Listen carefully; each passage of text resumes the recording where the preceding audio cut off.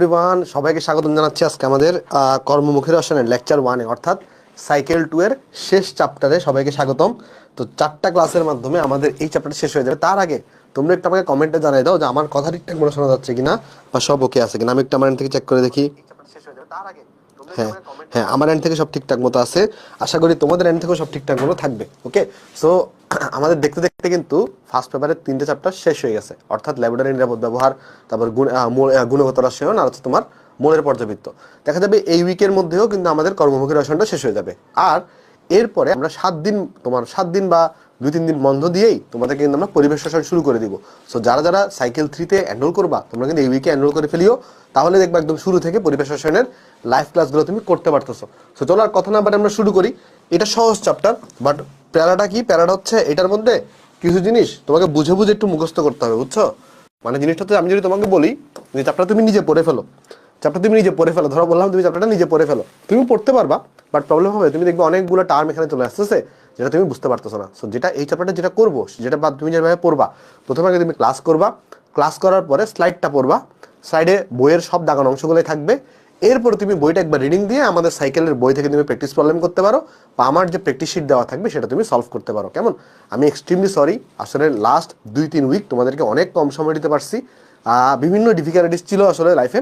তো সমস্যা নেই, এখন থেকে সবগুলা মানে সব আসলে সলভ হয়ে গেছে জিনিসটা। সো আশা করি এখন থেকে আবার আগের মতো তোমার হচ্ছে রেগুলারলি টাইম দিতে পারবো। এবং এছাড়াও আমাদের কিন্তু অলরেডি টেলিগ্রামে ডাউট সলভ চলতেছে। আমাদের টেলিগ্রাম, প্রতিটা সাইকেলের জন্য আমাদের আলাদা আলাদা টেলিগ্রাম ডাউট সলভ গ্রুপ আছে, যেগুলোতে কিন্তু তোমাদেরকে রেগুলার ডাউট সলভ দেওয়া হচ্ছে। তো যারা যারা এখনো সাইকেল 1 আর সাইকেল 2 এর ডাউট সলভের গ্রুপে অ্যাড হও নাই, তোমরা কিন্তু গ্রুপে অ্যাড হয়ে যাও। ওইখানে একটা আইডি আছে ডাউট সলভার, যে তোমাদের ডাউটগুলো কিন্তু সলভ করে দিবে। কেমন? সো আশা করি সব শোনা যাচ্ছে। আচ্ছা, কলেজের প্রিপারেশন নিয়ে কি করব? দেখো, যাদের কলেজে পরিবেশ রসায়ন আছে তারা যেটা করতে পারো, এখন তোমার যদি কলেজের এক্সামটা কভার দিতে হয়, তুমি যেটা করতে পারো, আমার ইউটিউবে কিন্তু পরিবেশ রসায়নের উপর একটা ক্র্যাশ কোর্স আছে, যেখানে অলরেডি 6টা ভিডিও আপলোড করা আছে।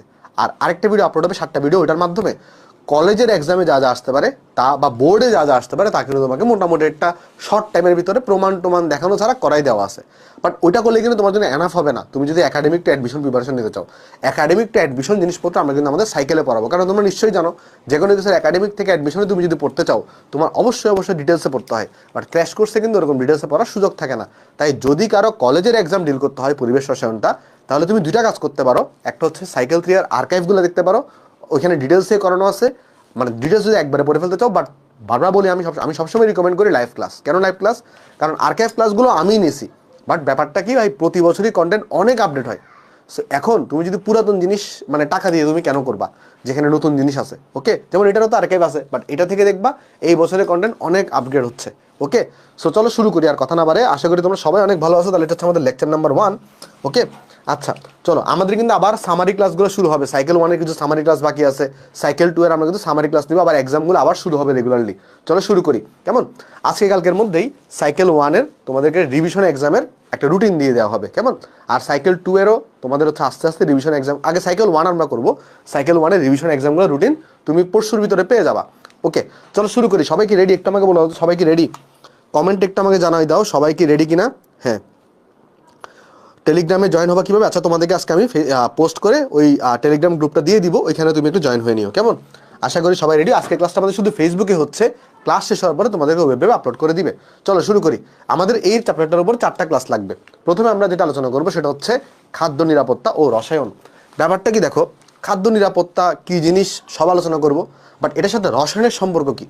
দেখো, প্রথম কথা, খাদ্য নিরাপত্তা কি জিনিস? খাদ্য নিরাপত্তা মানে হচ্ছে সবার খাদ্যকে এনশিওর করা। মানে যতজন নাগরিক আছে বা যতজন আমাদের পৃথিবীতে মানুষ আছে, সবাই যেন খাদ্য পায়, এটাকে এনশিওর করার জন্য দেখো এখানে লিখছে কি, বছরের সব সময় সব নাগরিকের সুস্থ ও কর্মক্ষম জীবন ধারণের জন্য যারা তারা পরিমাণে পর্যাপ্ত, স্বাস্থ্যবিধিগত, নিরাপদ ও সঠিক পুষ্টি মানে খাদ্যের যোগান পায়, এইরকম যে নিশ্চয়তার ব্যবস্থা, এটাকে আমরা বলি খাদ্য নিরাপত্তা। এখানে সংজ্ঞাটা ইম্পর্টেন্ট না, খাদ্য নিরাপত্তার সংজ্ঞা তোমার ইম্পর্টেন্ট না। যেগুলো ইম্পর্টেন্ট আমি তোমাকে বলে দিব। যেটা ইম্পর্টেন্ট সেটা হচ্ছে খাদ্য নিরাপত্তার ভিত্তি কয়টা। প্রশ্ন করে যে খাদ্য নিরাপত্তার ভিত্তি কয়টা বলো তো? খাদ্য নিরাপত্তার ভিত্তি হচ্ছে 3টা। মনে থাকবে? খাদ্য নিরাপত্তার ভিত্তি কয়টা? খাদ্য নিরাপত্তার ভিত্তি হচ্ছে 3টা। কি কি ভিত্তি আছে? 1, জনগণকে পর্যাপ্ত খাদ্য পাইতে হবে, পর্যাপ্ত খাদ্য প্রাপ্তি। 2 নাম্বার, খাদ্য গ্রহণের সামর্থ্য। গ্রহণের সামর্থ্য মানে কি, তুমি যদি এমন খাদ্য যেটার দাম অনেক বেশি রাখো, তো এটা যদি আমাদের জনগণ কিনতে না পারে, সেটা করলেও কিন্তু চলবে না। আর তৃতীয় কথা হচ্ছে খাদ্যের সঠিক ব্যবহার করতে হবে তোমাকে, ঠিক আছে? তাহলে যদি জিজ্ঞেস করে খাদ্যের নিরাপত্তা কয়টা, তাহলে আনসার কি হবে? আনসার হবে 3টা। যদি জিজ্ঞেস করে নিরাপত্তাগুলোর নাম কি কি, একটু এই নিরাপত্তাগুলোর নাম তুমি একটু মনে রাখবা, যে পর্যাপ্ত খাদ্য প্রাপ্তি, খাদ্য গ্রহণের সামর্থ্য, আর খাদ্যের সঠিক ব্যবহার। এখন রসায়ন আসলে কিভাবে খাদ্যের এখানে ভূমিকা রাখে? রসায়ন দুইভাবে খাদ্য ব্যবস্থায় ভূমিকা রাখতে পারে। একটা হচ্ছে রসায়নকে ইউজ করে, বিভিন্ন কেমিক্যাল তুমি জমি জমাতে ইউজ করে তুমি কিন্তু ফসলটাকে বাড়াইতে পারো, ফলন বাড়াইতে পারো। আর দ্বিতীয় আরেকটা জিনিস হচ্ছে, ধরো যেই খাবারটা প্রডিউস হয়েছে সেই খাবারটাকে তুমি যেন স্টোরেজ করে রাখতে পারো, এজন্য তুমি বিভিন্ন কেমিক্যাল যুক্ত করে, যেগুলোকে আমরা প্রিজারভেটিভ বলি, বা দীর্ঘদিন সংরক্ষণ করতে পারো, এটাই কিন্তু রসায়নের ভূমিকা। তার আমি যদি জিজ্ঞেস করি যে রসায়ন এটা আসলে খাদ্য মানে সংরক্ষণে কিভাবে ভূমিকা পালন করে, বা খাদ্য ব্যবস্থায় কিভাবে ভূমিকা পালন করে, দুইভাবে ভূমিকা পালন করতে পারে। একটা হচ্ছে খাদ্য উৎপাদন বৃদ্ধির মাধ্যমে, খাদ্য উৎপাদন বৃদ্ধির মাধ্যমে বিভিন্ন ধরনের যে কেমিক্যাল আমরা যোগ করি ফসলে, সেগুলোর মাধ্যমে। আরেকটা হচ্ছে তুমি যেন খাবারকে বা খাদ্যকে দীর্ঘদিন সংরক্ষণের মাধ্যমে, দীর্ঘদিন সংরক্ষণের মাধ্যমে। এই দুই উপায়ে কিন্তু রসায়ন আসলে আমাদের খাদ্য ব্যবস্থায় ভূমিকা রাখতে পারে। আচ্ছা, আরেকটা জিনিস জিজ্ঞেস করে, সেটা হচ্ছে একটা আছে খাদ্য নিরাপত্তার ভিত্তি, মানে এটার বেস। আরেকটা জিনিস জিজ্ঞেস করে যে একটা সংস্থা আছে, এটার নাম শুনছো কিনা কখনো? ওয়ার্ল্ড হেলথ অর্গানাইজেশন, যেটাকে আমরা কি বলি? ওয়ার্ল্ড হেলথ অর্গানাইজেশন,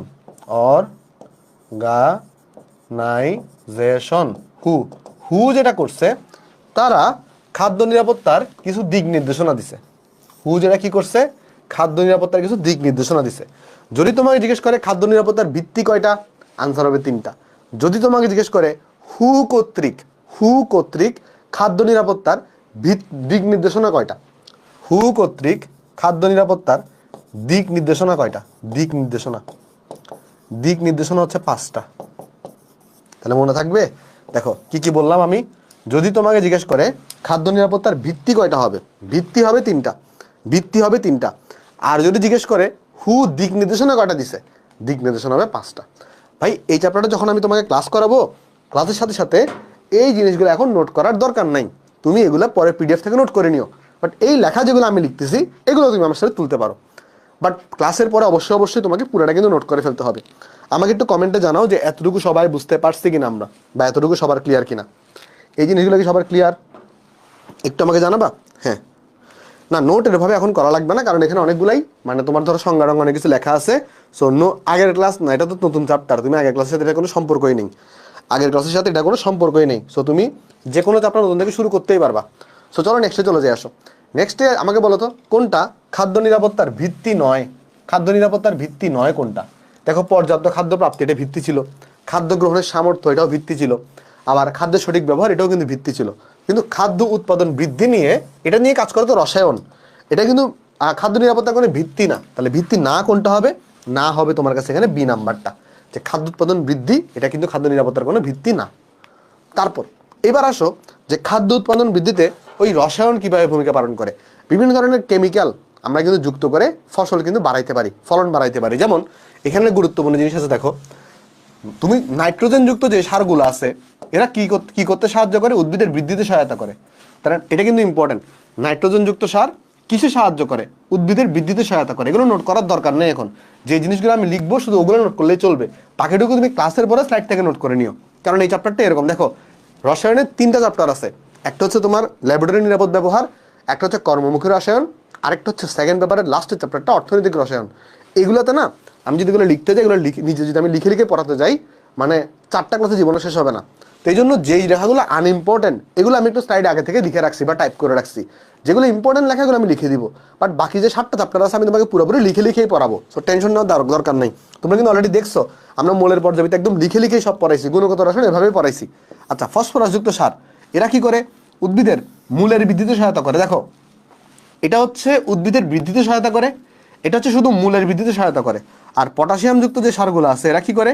এরা উদ্ভিদের ফুল ফল ধারণে সহায়তা করে। এরা কি করে বলতো? উদ্ভিদের ফুল ফল ধারণে সহায়তা করে থাকে। এখন একটা কোয়েশ্চন অনেক সময় জিজ্ঞেস করে, সেটা হচ্ছে যে পটাশিয়ামযুক্ত সার কারা কারা আছে, ফসফরাসযুক্ত সার কারা কারা আছে, নাইট্রোজেন যুক্ত সার কারা কারা আছে। প্রথমে যদি আমরা দেখতে চাই যে আমাদের পটাশিয়াম যুক্ত সার এরা কারা কারা আছে, একটা আছে মিউরেট অফ পটাশ, একটা আছে মিউরেট অফ পটাশ। এটার সংকেত কি, এটার সংকেত হচ্ছে আমাদের ক্যাসিয়াল, এটার সংকেত হচ্ছে আমাদের ক্যাসিয়াল। আর আরেকটা আছে আমাদের পটাশিয়াম নাইট্রেট, আরেকটা আছে কি পটাশিয়াম নাইট্রেট, আরেকটা আছে কি বলতো পটাশিয়াম নাইট্রেট। তার মানে পটাশিয়াম যুক্ত সার কারা কারা আছে, মিউরেট অফ পটাশ বা ক্যাসিয়াল, আরেকটা আছে পটাশিয়াম নাইট্রেট। এদের কাজ কি, এদের কাজ হচ্ছে উদ্ভিদের ফুল ফল ধারণে সহায়তা করে। আর যদি তুমি দেখতে চাও নাইট্রোজেন যুক্ত সার, নাইট্রোজেন যুক্ত সার কারা কারা আছে, নাইট্রোজেন যুক্ত সার আছে প্রথম কথা হইতে পারে অ্যামোনিয়াম নাইট্রেট, হইতে পারে কি বলতো অ্যামোনিয়াম, এই দাঁড়াও হইতে পারে এখানে ammonium nitrate NH4NO3, ammonium nitrate হইতে পারে। 2 নম্বরে কি হইতে পারে বলতো, 2 নম্বরে হইতে পারে আমাদের ইউরিয়া, 2 নম্বরে হইতে পারে হচ্ছে আমাদের ইউরিয়া। আর ইউরিয়ার সংকেত কিন্তু অনেক ইম্পর্টেন্ট, এটা পরীক্ষায় লাগে। ইউরিয়ার সংকেত কিরকম, এই যে NH2 থাকে, তারপর এখানে C ডাবল বন্ড ও, তারপর এখানে NH2, ইউরিয়ার সংকেত। তারপরে 3 নম্বরে কি হতে পারে, 3 নম্বরটা কার কাজ করি, 3 নম্বরটা আমি এখানে লিখে আসো কেমন। এটা হইতে পারে আমাদের হচ্ছে ammonium sulphate NH4 2SO, ammonium sulphate. তাহলে এইগুলা যেগুলো আছে এগুলা কি, এগুলো হচ্ছে তোমার আমাদের নাইট্রোজেন যুক্ত সার। দেখো এগুলোতে প্রত্যেকটাতে নাইট্রোজেন আছে, খেয়াল করে দেখছো এগুলো প্রত্যেকটাতে নাইট্রোজেন আছে। এগুলো এমন সার যেখানে কি আছে, নাইট্রোজেন আছে, যেখানে নাইট্রোজেন আছে। তাহলে নাইট্রোজেন যুক্ত সার কারা কারা আছে, একটা আছে অ্যামোনিয়াম নাইট্রেট, একটা হচ্ছে আমাদের ইউরিয়া, একটা হচ্ছে আমাদের অ্যামোনিয়াম সালফেট। এরা কি করে, এরা উদ্ভিদের নাইট্রোজেন যুক্ত সার কি করে, উদ্ভিদের বৃদ্ধিতে সহায়তা করে। ফসফরাস যুক্ত সার কি করে, উদ্ভিদের মূলের বৃদ্ধিতে সহায়তা করে, উদ্ভিদের মূলের বৃদ্ধিতে সহায়তা করে, মূলের বৃদ্ধিতে। তারপরে পটাশিয়াম যুক্ত সার কি করে, এরা উদ্ভিদের ফুল ফল ধারণে সহায়তা করে, এরা উদ্ভিদের ফুল ফল ধারণে সহায়তা করে। আচ্ছা, এবার যদি দেখতে চাই ফসফরাস যুক্ত সার, প্রথমে যে জিনিসটা ইম্পর্টেন্ট ফসফরাস যুক্ত সারে সেটা হচ্ছে আমাদের ট্রিপল সুপার ফসফেট। দেখো ফসফরাস যুক্ত সার প্রথমে যেটা important 1 number triple super phosphate, যেটাকে টিএসপি বলে, যেটাকে কি বলে টিএসপি পূর্ণ নাম কি বলতো, ট্রিপল সুপার ফসফেট। এটার যদি তুমি সংকেত দেখতে চাও, এটা সংকেত অনেক ইম্পর্টেন্ট, যে ক্যালসিয়াম থাকে, তারপরে H2 থাকে, ক্যালসিয়াম থাকে, এরপরে H2 থাকে, তারপরে PO4 থাকে, তারপরে এখানে 2 থাকে। দেখো H2, দেখো ক্যালসিয়াম থাকে, H2 থাকে, PO4 থাকে, তারপর 2 থাকে। এই দেখো এই সংকেতটার উপর বেসিস করে এটাকে আরেকটা নামও রাখতে পারি আমরা, এই সংকেতটার উপর বেসিস করে এটাকে আরেকটা নামও ডাকা যায়। তাহলে এটা হচ্ছে টিএসপি সংকেত হচ্ছে আমাদের এটা টিএসপি বা ট্রিপল সুপার ফসফেট। এটা সংকেত কি, এটা সংকেত হচ্ছে, আমি যদি একটু ছোট করে দিই এখানে তাহলে একটু জায়গা পাবো, একটু ছোট করে দিই আসো কেমন, একটু ছোট করে দিই। হ্যাঁ দেখো দেখো এটা সংকেত কি হতে পারে, এখানে বলতে ক্যালসিয়াম কয়টা আছে, ক্যালসিয়াম আছে এখানে একটা, ক্যালসিয়াম আছে কয়টা, একটা। তাহলে এটাকে আমরা বলতে পারি মোনো ক্যালসিয়াম ডাইহাইড্রোজেন ফসফেট। এটাকে কি বলা যায়, এটাকে বলা যায়, এটার আরেকটা নাম হচ্ছে মোনো ক্যালসিয়াম। টিএসপির আরেকটা নাম হচ্ছে mono calcium dihydrogen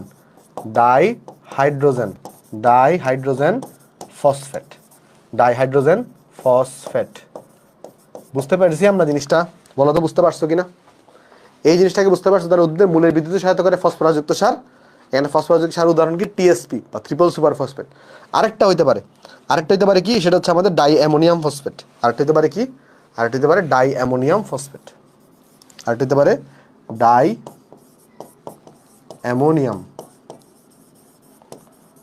ammonium phosphate. এটাকে সংক্ষেপে ডিএপি বলে, ডাই অ্যামোনিয়াম ফসফেট। এটা যদি তুমি সংকেত দেখতে চাও, এটা সংকেত কিরকম, এটা সংকেত হচ্ছে ডাই অ্যামোনিয়াম মানে কি, অ্যামোনিয়া থাকবে 2টা, অ্যামোনিয়াম থাকবে 2টা, NH4 থাকবে 2টা, তারপরে এখানে হাইড্রোজেন আর এখানে PO4 হবে। ঠিক আছে, দেখো বুঝতে পারছো কিনা সবাই, বুঝতে পারছি জিনিসটা আমরা, দেখো তো এখানে বোঝা গেছে কিনা, দেখো এটা বুঝতে পারছো কিনা, দেখো এটা কি বুঝতে পারছো সবাই, একটু করে আমাকে জানাও যে এতটুকু বোঝা গেছে কিনা। হ্যাঁ ওকে, নোট না করলেও হবে, তবে তুমি পিডিএফ থেকে পরে নোট করে নিও কেমন, পরে তুমি পিডিএফ থেকে নোট করে নিও। আচ্ছা ওকে, রসায়নের আরেকটা থেকে কিন্তু ভূমিকা আছে, রসায়ন আরেকটা কাজ করে, সেটা হচ্ছে এক ধরনের কেমিক্যাল পাওয়া যায় যেটাকে আমরা বলি ইনসেকটিসাইড। এটাকে আমরা কি বলি, এটা ইনসেকটিসাইডস। এটার কাজ কি জানো, ইনসেকটিসাইডের কাজ কি, এটার কাজ কি কেউ বলতে পারবা? এটার কাজ হচ্ছে ওই যে ফসলে যেন পোকামাকড় জন্মাইতে না পারে, এই কেমিক্যালটা পোকামাকড়কে মেরে ফেলতে পারে। তাহলে এটার জন্য ফসলের পোকা মানে পোকামাকড়, এটা কাজ কি? এটা হচ্ছে কাজ হচ্ছে পোকামাকড়, এটা কাজ হচ্ছে পোকামাকড় মেরে ফেলা। পোকামাকড় এটাও কিন্তু একটা বিষাক্ত কেমিক্যাল। তাহলে পোকামাকড় এটার মাধ্যমে পোকামাকড় মেরে ফেলার মাধ্যমে আমাদের কিন্তু খাদ্য উৎপাদন বৃদ্ধি পাইতে পারে। কেন? ওই নষ্ট হবে না খাদ্যটা, ঠিক আছে, না তো নষ্ট হয়ে যাইতো। তাহলে কি এটা এতটুকু আমাদের ক্লিয়ার সবার? এতটুকু আমাদের ক্লিয়ার? কোথায় হাইড্রোজেন কেন আসতো দেখো, হাইড্রোজেন কেন আসতো দেখো, আমি তোমাদের বলি। দেখো তোমরা সবাই জানো PO4 যেটা ফসফেটের চার্জ হচ্ছে 3-। তোমরা সবাই জানো PO4 এর চার্জ কত? PO4 এর চার্জ হচ্ছে 3-।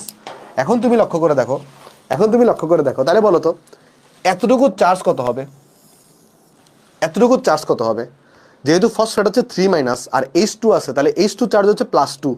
তাহলে এইটার চার্জ দেখো, এটার চার্জ হচ্ছে 3-, এটার চার্জ হচ্ছে +2, তাহলে এতটুকু চার্জ হচ্ছে -1, এতটুকু চার্জ হচ্ছে -1। তাহলে H2PO4টা এটা কিন্তু পুরোটা কার মতো আচরণ করতেছে? এটা পুরোটা আচরণ করতেছে কিন্তু একটা তোমার ধরো একক ঋণাত্মক আয়নের মতো, ওই ধরো ক্যালসিয়াম হাইড্রোক্সাইড ওই টাইপের আচরণ করতেছে। তাই এখানে কিন্তু একটা 2 বসছে, তাই এখানে একটা 2 বসছে। আর এখানে কি হয়েছে দেখো, ডাই অ্যামোনিয়াম, তাহলে এতটুকু চার্জ কত? এতটুকু চার্জ হচ্ছে +2, কারণ অ্যামোনিয়ামের চার্জ হচ্ছে +1। এতটুকু চার্জ হচ্ছে -3, তাহলে পুরোটাকে জিরো করার জন্য এখানে শুধু হাইড্রোজেন বসাইতে হবে। পুরোটাকে জিরো বসানোর জন্য এখানে শুধু হাইড্রোজেন বসাইতে হবে। বুঝছো? আশা করি বুঝতে পারছো। তাহলে চলো নেক্সটে চলে যাই।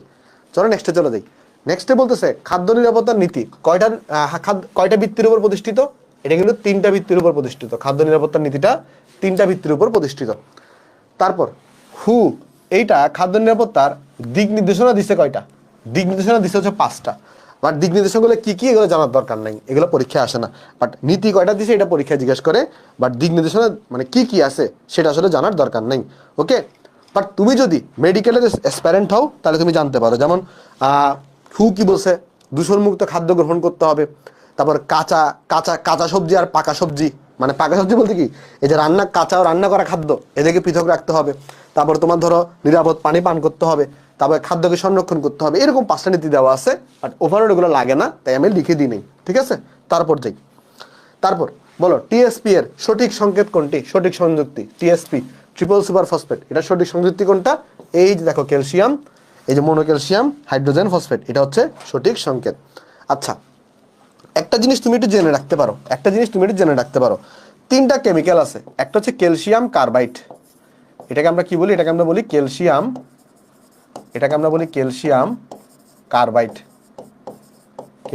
কার্বাইড। তারপরে তোমার ধরো একটা আছে মিথানল CH3OH, এটাকে আমরা বলি হচ্ছে তোমার মিথানল।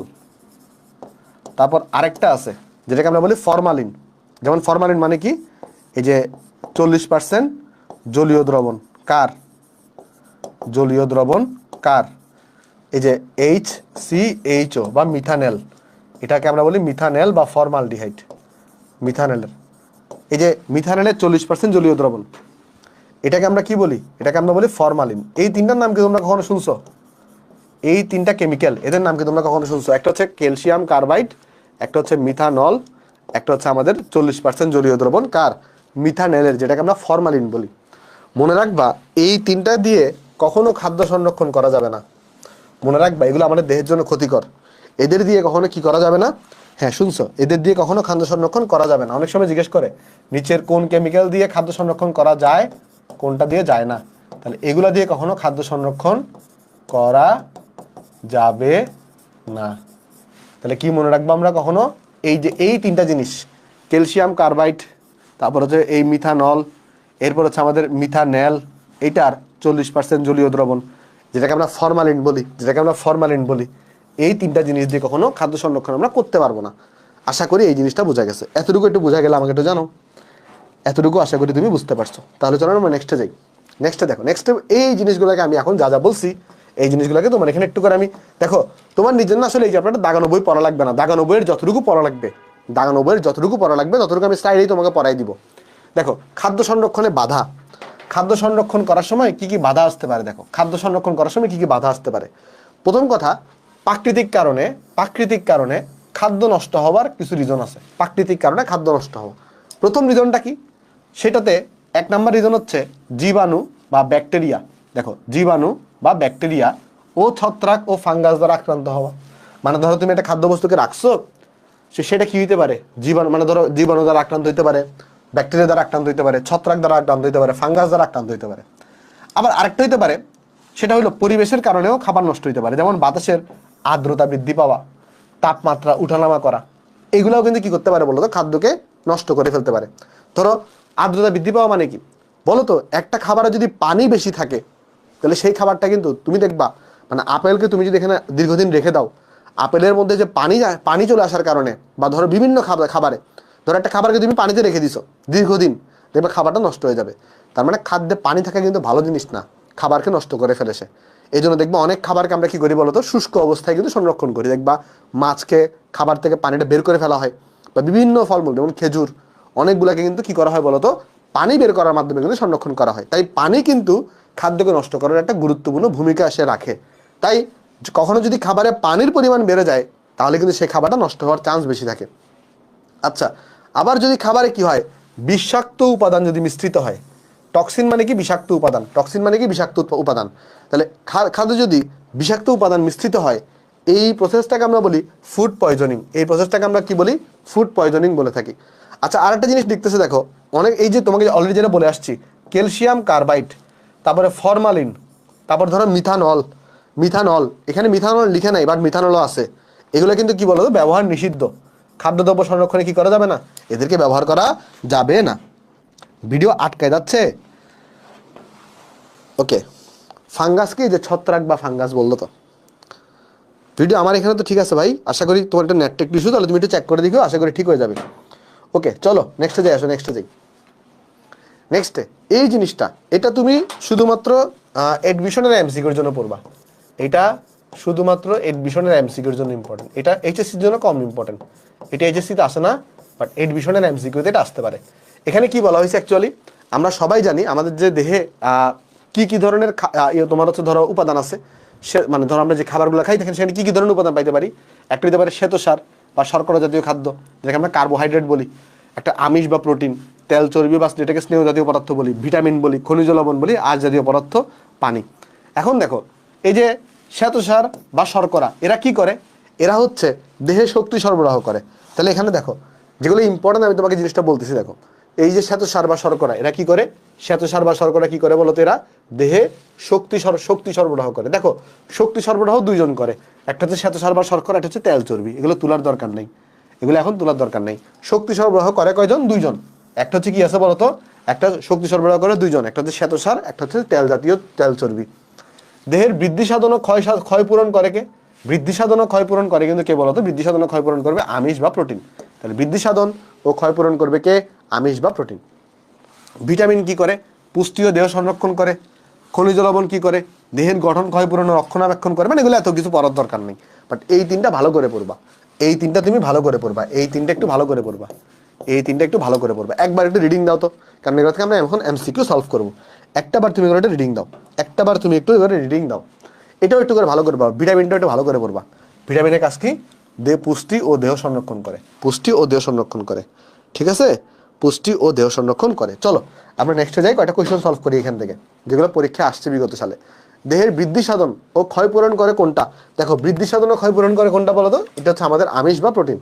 বৃদ্ধি সাধন ও ক্ষয় পূরণ করে আমিষ বা প্রোটিন, ঠিক আছে।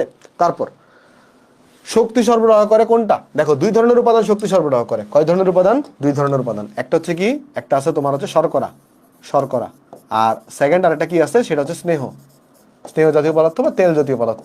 তাহলে দুই ধরনের উপাদান শক্তি সরবরাহ করে, দেখো কোনটা অপশনে আছে, শর্করা হচ্ছে তোমার অপশনে আছে, তো শর্করা তুমি এখানে দাগাই দিবা। তারপর বলতেছে পুষ্টি ও দেহ সংরক্ষণ করে কোনটা, পুষ্টি ও দেহ সংরক্ষণ করবে কিন্তু হচ্ছে আমাদের ভিটামিন। তাহলে পুষ্টি ও দেহ সংরক্ষণ করে কে, পুষ্টি ও দেহ সংরক্ষণ করে কিন্তু ভিটামিন। ওকে, আশা করি তুমি এতটুকু এখানে বুঝতে পারছো। তাহলে চলো নেক্সটে চলে যাই। নেক্সট একটা টপিক আছে যার নাম হচ্ছে আমাদের বিএমআর, বা যেটাকে আমরা বলি বেসাল মেটাবলিক রেট। বিএমআর বা বেসাল মেটাবলিক রেট কি, আচ্ছা আমি যদি তোমাকে একটা কোশ্চেন করি, ধরো আমি এখানে এভাবে দাঁড়ায় আছি, আমি কোনো কথা বলতেছি না আমি কিছুই করতেছি না, বা ধরো তো কথা তুমি ঘুমাচ্ছ, তো তুমি যখন ঘুমাও তুমি তো একদম রেস্ট নিচ্ছ, তাই না? তো তোমার দেহ কি একদম থেমে আছে না, তোমার দেহ কিন্তু থেমে নাই, তোমার দেহে কিন্তু কন্টিনিউয়াসলি তুমি যে ঘুমানোর আগে যা খাইছো বা ঘুমানোর সময় তুমি নিঃশ্বাস নিচ্ছ, নিঃশ্বাস ছাড়তেছো বা খাওয়া দাওয়া করছো, হ্যাঁ, তোমার দেহে কিন্তু কন্টিনিউয়াসলি জৈবিক ক্রিয়া যেগুলো আছে এটা কিন্তু কন্টিনিউয়াসলি রানিং অবস্থায় আছে বা কন্টিনিউয়াসলি চলতেছে। এখন এই জৈবিক ক্রিয়াগুলোকে চালানোর জন্য একটা শক্তি প্রয়োজন না? ধরো তুমি যে খাবারটাকে খাচ্ছ সেটাকে যে তোমার বিপাক করতে হবে, বা ধরো সেই খাবারটাকে হজম করতে হবে, সে হজম করার জন্য তোমার দেহ কিন্তু একটা কাজ করতেছে। তো ওই কাজগুলোকে আমরা বলি জৈবিক ক্রিয়া বা প্রাণ রাসায়নিক ক্রিয়া। তো এই প্রাণ রাসায়নিক ক্রিয়াগুলোকে সম্পাদনের জন্য মিনিমাম যতটুকু এনার্জি দরকার, কি বলতো, মিনিমাম যতটুকু এনার্জি দরকার, মিনিমাম যতটুকু এনার্জি দরকার সেটাকে আমরা বলে থাকি তোমার কি বলতো বেসাল মেটাবলিক রেট বা বিএমআর বলে থাকি। তাহলে বিএমআর এর ডেফিনেশনটা কি আমরা সবাই বুঝতে পারছি? দেখো তো বিএমআর এর ডেফিনেশনটা কিন্তু অনেক ইম্পর্টেন্ট, বিএমআর এর ডেফিনেশনটা কিন্তু অনেক ইম্পর্টেন্ট। সো ডেফিনেশনটা ভালো করে পড়তে হবে। তাহলে ডেফিনেশনটা কি?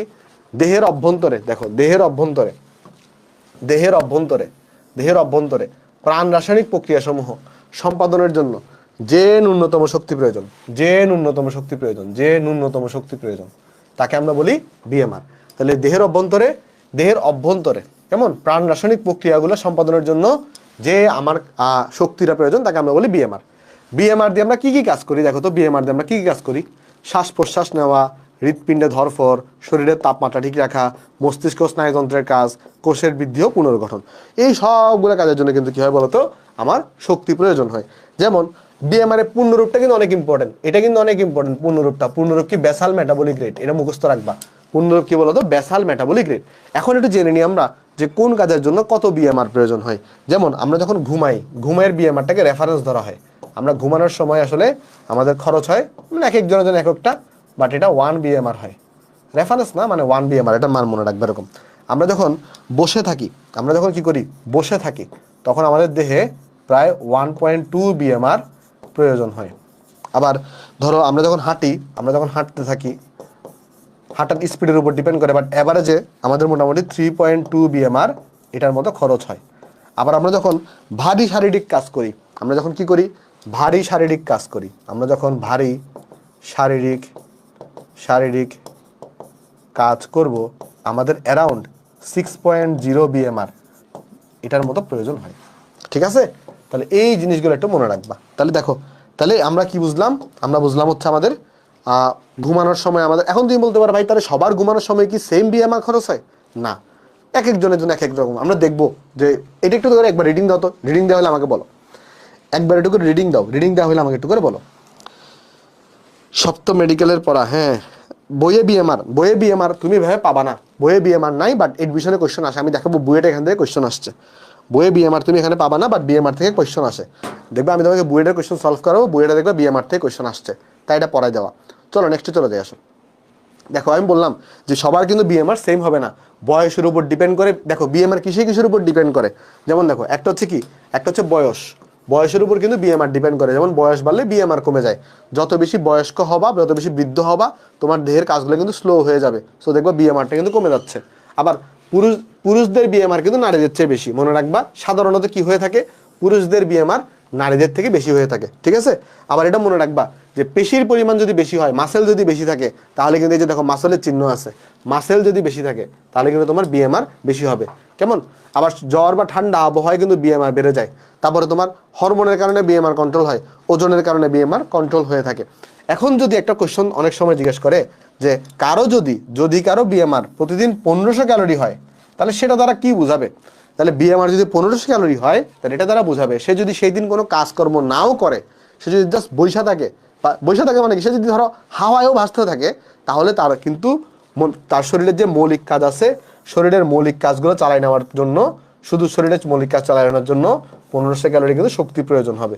ওকে, মানে তার মানে তাকে 1500 ক্যালোরি খাবার দাবার তাকে খাইতেই হবে, যদি সে তার ভিতরের যে মৌলিক কাজগুলো আছে তাকে যদি কন্টিনিউয়াসলি চালাই নিতে চায়। ক্লিয়ার? এতটুকু বোঝা গেছে সবার? ক্লিয়ার? চলো একটু করে দেখে আসি যে কি কি কোয়েশ্চেন আসতে পারে। দেখো বুয়েটের কোয়েশ্চেন এটা দিচ্ছে, এটা বুয়েট 18 সালের কোয়েশ্চেন। বলছে খাদ্য গ্রহণের পর তোমার কি হয়, শরীরের বিএমআর বেড়ে যায়। বিএমআর কি জিনিস এবং কেন বাড়ে, এবং এবং এবং কেন বাড়ে, মানে খাদ্য গ্রহণের পরে বিএমআর বাড়ে কেন, এটা জিজ্ঞেস করছে।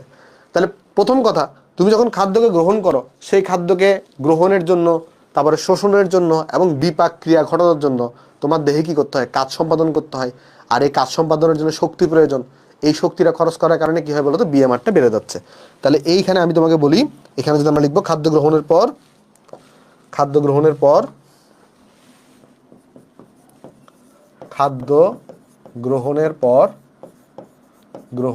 পর খাবারকে হজম, শোষণ ও বিপাকের জন্য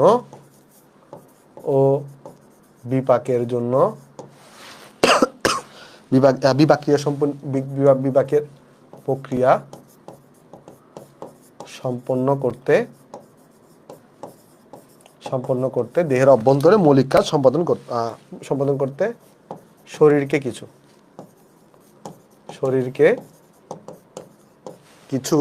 কিছু অতিরিক্ত শক্তি ব্যয় করতে হয়। শরীরকে কিছু অতিরিক্ত শক্তি ব্যয় করতে হয়। তাই খাদ্য গ্রহণের পর বিএমআর বেড়ে যায়। তাই খাদ্য গ্রহণের পর বিএমআর বেড়ে যায়।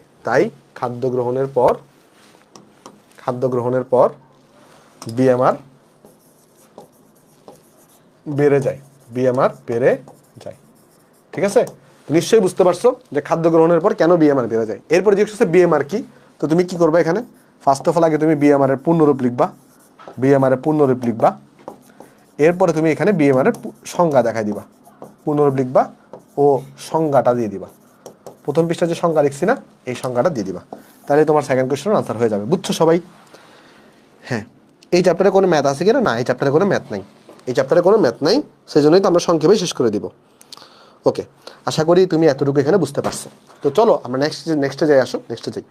নেক্সটে বলতেছে আপেলের সাথে কলা রাখলে আপেল তাড়াতাড়ি পেকে যায় কেন? মানে যদি তুমি আপেলটাকে নর্মালি যদি এমনি রেখে দাও, যতটা তাড়াতাড়ি পাকবে, আপেলকে তুমি যদি কলার সাথে রাখো তাহলে দেখবা আপেলটা তাড়াতাড়ি পেকে গেছে পাকা কলার সাথে রাখলে। কাহিনীটা কি? কাহিনী হচ্ছে এই যে আমাদের কলা, এই কলাটাকে পাকানোর জন্য আমরা একটা কেমিক্যাল ইউজ করি। কলাকে কি করি বলতো? পাকানোর জন্য একটা কেমিক্যাল ইউজ করা হয়। কি কেমিক্যাল ইউজ করা হয়? আমরা সবাই জানি কলাকে পাকানোর জন্য ইথিলিন ইউজ করে থাকি। কি ইউজ করা হয় বলতো? ইথিলিন ইউজ করা হয়। কলাকে পাকানোর জন্য ইথিলিনকে ব্যবহার করা হয়। তাহলে কলাকে পাকানোর জন্য কি ব্যবহার করা হয়? কলাকে, হ্যাঁ বুঝছো, ওকে ভেরি গুড। দেখো, কলাকে পাকানোর জন্য তোমার কি ইউজ করা হবে? ইথিলিন ইউজ করা হবে। তার মানে এই কলাটাকে পাকানোর জন্য আমরা কি করবো? এখানে এই জায়গায় ইথিলিন ইউজ করব। এই জায়গায় আমরা ইথিলিন ইউজ করলাম। এখন যখন তুমি কলা আর আপেলকে পাশাপাশি রাখবা, তোমরা একটা প্রক্রিয়ার নাম শুনছো কিনা? ধরো একটা যদি পারফিউমকে আমি এখানে মারি, স্প্রে করি এখানে, দেখবা সেই পারফিউমটা কিন্তু পুরো রুমে ছড়ায় পড়ে। কোন প্রক্রিয়ার মাধ্যমে বলো তো? ব্যাপন প্রক্রিয়ার মাধ্যমে। তো যখন তুমি কলাকে পাকানোর জন্য ইথিলিন ব্যবহার করবে, ইথিলিন যেটা কেমিক্যাল, তাহলে এই কেমিক্যালটা তখন এই কলা থেকে আপেলের দিকে ব্যাপন প্রক্রিয়ার মাধ্যমে ছড়ায় পড়বে। এই ইথিলিনটা কি করবে? ইথিলিনটা ব্যাপন প্রক্রিয়ার মাধ্যমে কলা থেকে আপেলে ছড়ায় পড়বে। তাহলে ইথিলিনটা কি করবে? এই যে তুমি পাকানোর জন্য কলায় দিলা, বাট এই কলা থেকে ব্যাপন প্রক্রিয়ার মাধ্যমে, এই কলা থেকে ব্যাপন প্রক্রিয়ার মাধ্যমে এটা কই চলে যাবে? ইথিলিন কই চলে যাবে? ইথিলিন চলে যাবে হচ্ছে আপেলের মধ্যে। আর তখন কি হবে? আপেলের মধ্যে ইথিলিনটা গিয়ে আপেলও তাড়াতাড়ি পেকে যাবে। তাহলে আপেল তাড়াতাড়ি পাকার কাহিনীটা বুঝতে পারছো সবাই?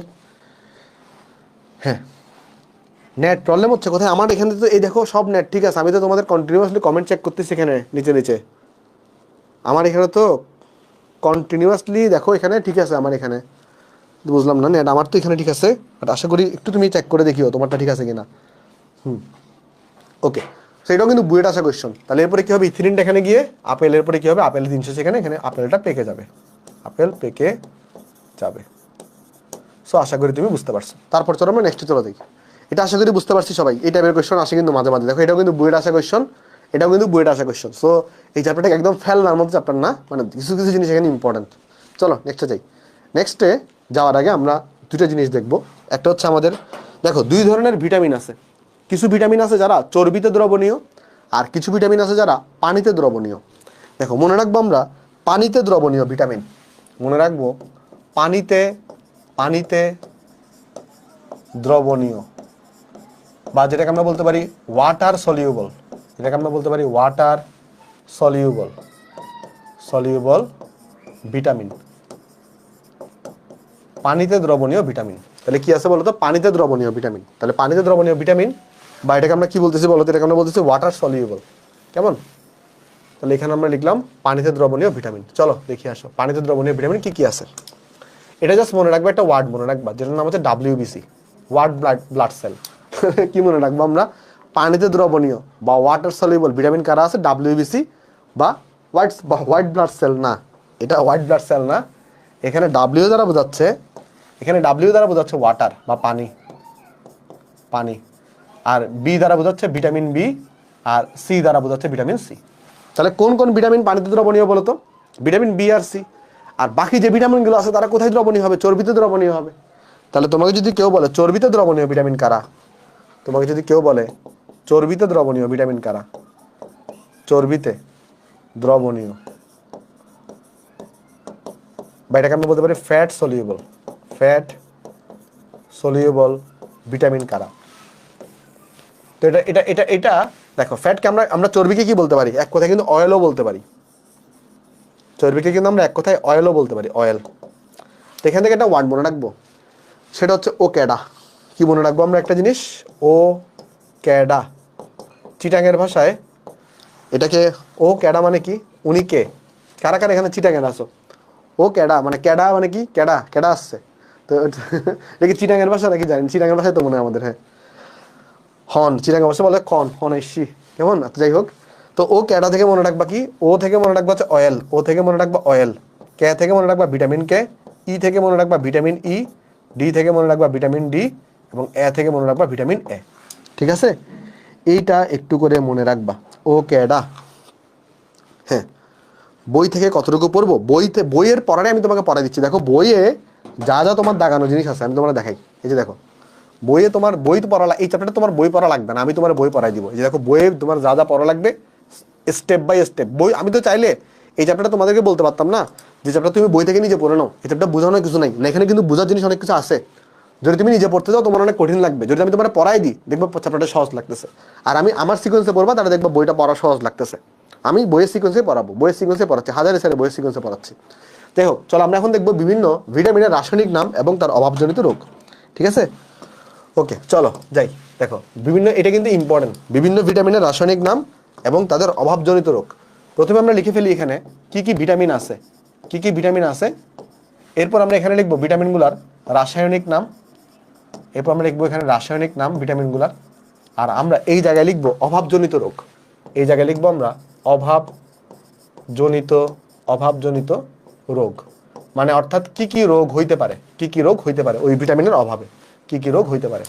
তো চলো, প্রথমে আছে আমাদের একটা ধরো ভিটামিন এ, তারপর আছে হচ্ছে আমাদের এখানে ভিটামিন বি1, তারপর হইতে পারে ধরো ভিটামিন বি এর মধ্যে কয়টা আছে দেখো, বি2 আছে, বি1 আছে, বি2 আছে, বি6 আছে, বি12 আছে, সি আছে, ডি আছে, ই আছে, আর ভিটামিন কে আছে। ঠিক আছে? এই ভিটামিন কে আছে। তো এই ভিটামিনগুলোর প্রত্যেকটা রাসায়নিক নাম কিন্তু ইম্পর্টেন্ট না, সবগুলো ইম্পর্টেন্ট না, বাট যেগুলো ইম্পর্টেন্ট সেগুলো আমি তোমাকে বলে দিব। আবার সবগুলোর রোগও ইম্পর্টেন্ট না, যেগুলো ইম্পর্টেন্ট সেগুলো আমি তোমাকে বলে দিব। যেমন ভিটামিন এ যেটা, এটা রাসায়নিক নাম হচ্ছে রেটিনল। ভিটামিন এ রাসায়নিক নাম কি? এ রাসায়নিক নাম হচ্ছে রেটিনল। আবার বি যেটা আছে, বি1, এটা রাসায়নিক নাম হচ্ছে থায়ামিন। এটা রাসায়নিক নাম কি? এটা রাসায়নিক নাম হচ্ছে থায়ামিন। আচ্ছা, ভিটামিন এ এর অভাবে কোন রোগ হয়? তোমরা সবাই জানো ভিটামিন এ এর অভাবে রাতকানা রোগ হয়। তাহলে অভাবজনিত রোগের নাম কি? অভাবজনিত রোগের নাম হচ্ছে রাতকানা। তাহলে ভিটামিন এ যেটা আছে, ভিটামিন এ এর অভাবে কি রোগ হয়? রাতকানা রোগ হয়। বি1 এর অভাবে, ভিটামিন বি1, এই বি1 এর অভাবে কি রোগ হয়? বি1 এর অভাবে রোগ হয় বেরি।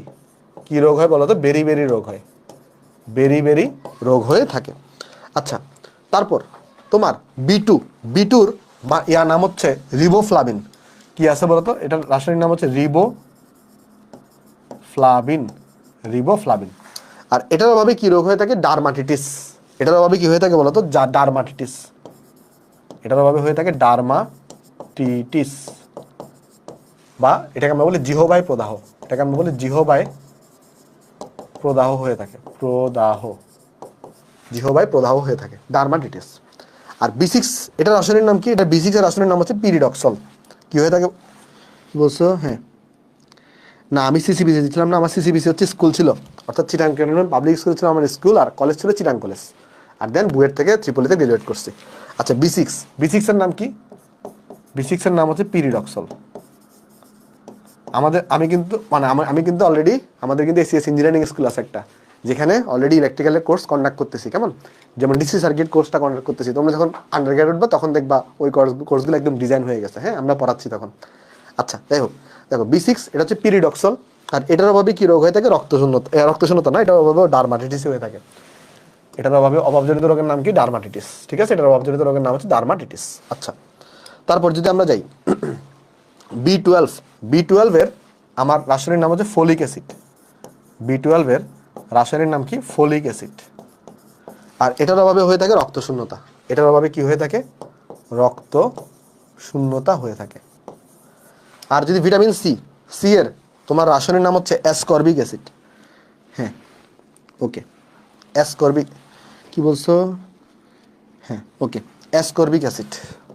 ওকে, বেরি রোগ কি জিনিস জিজ্ঞেস করতেছো? এটা একটু দেখতে হবে আমার, বেরি রোগ কি জিনিস।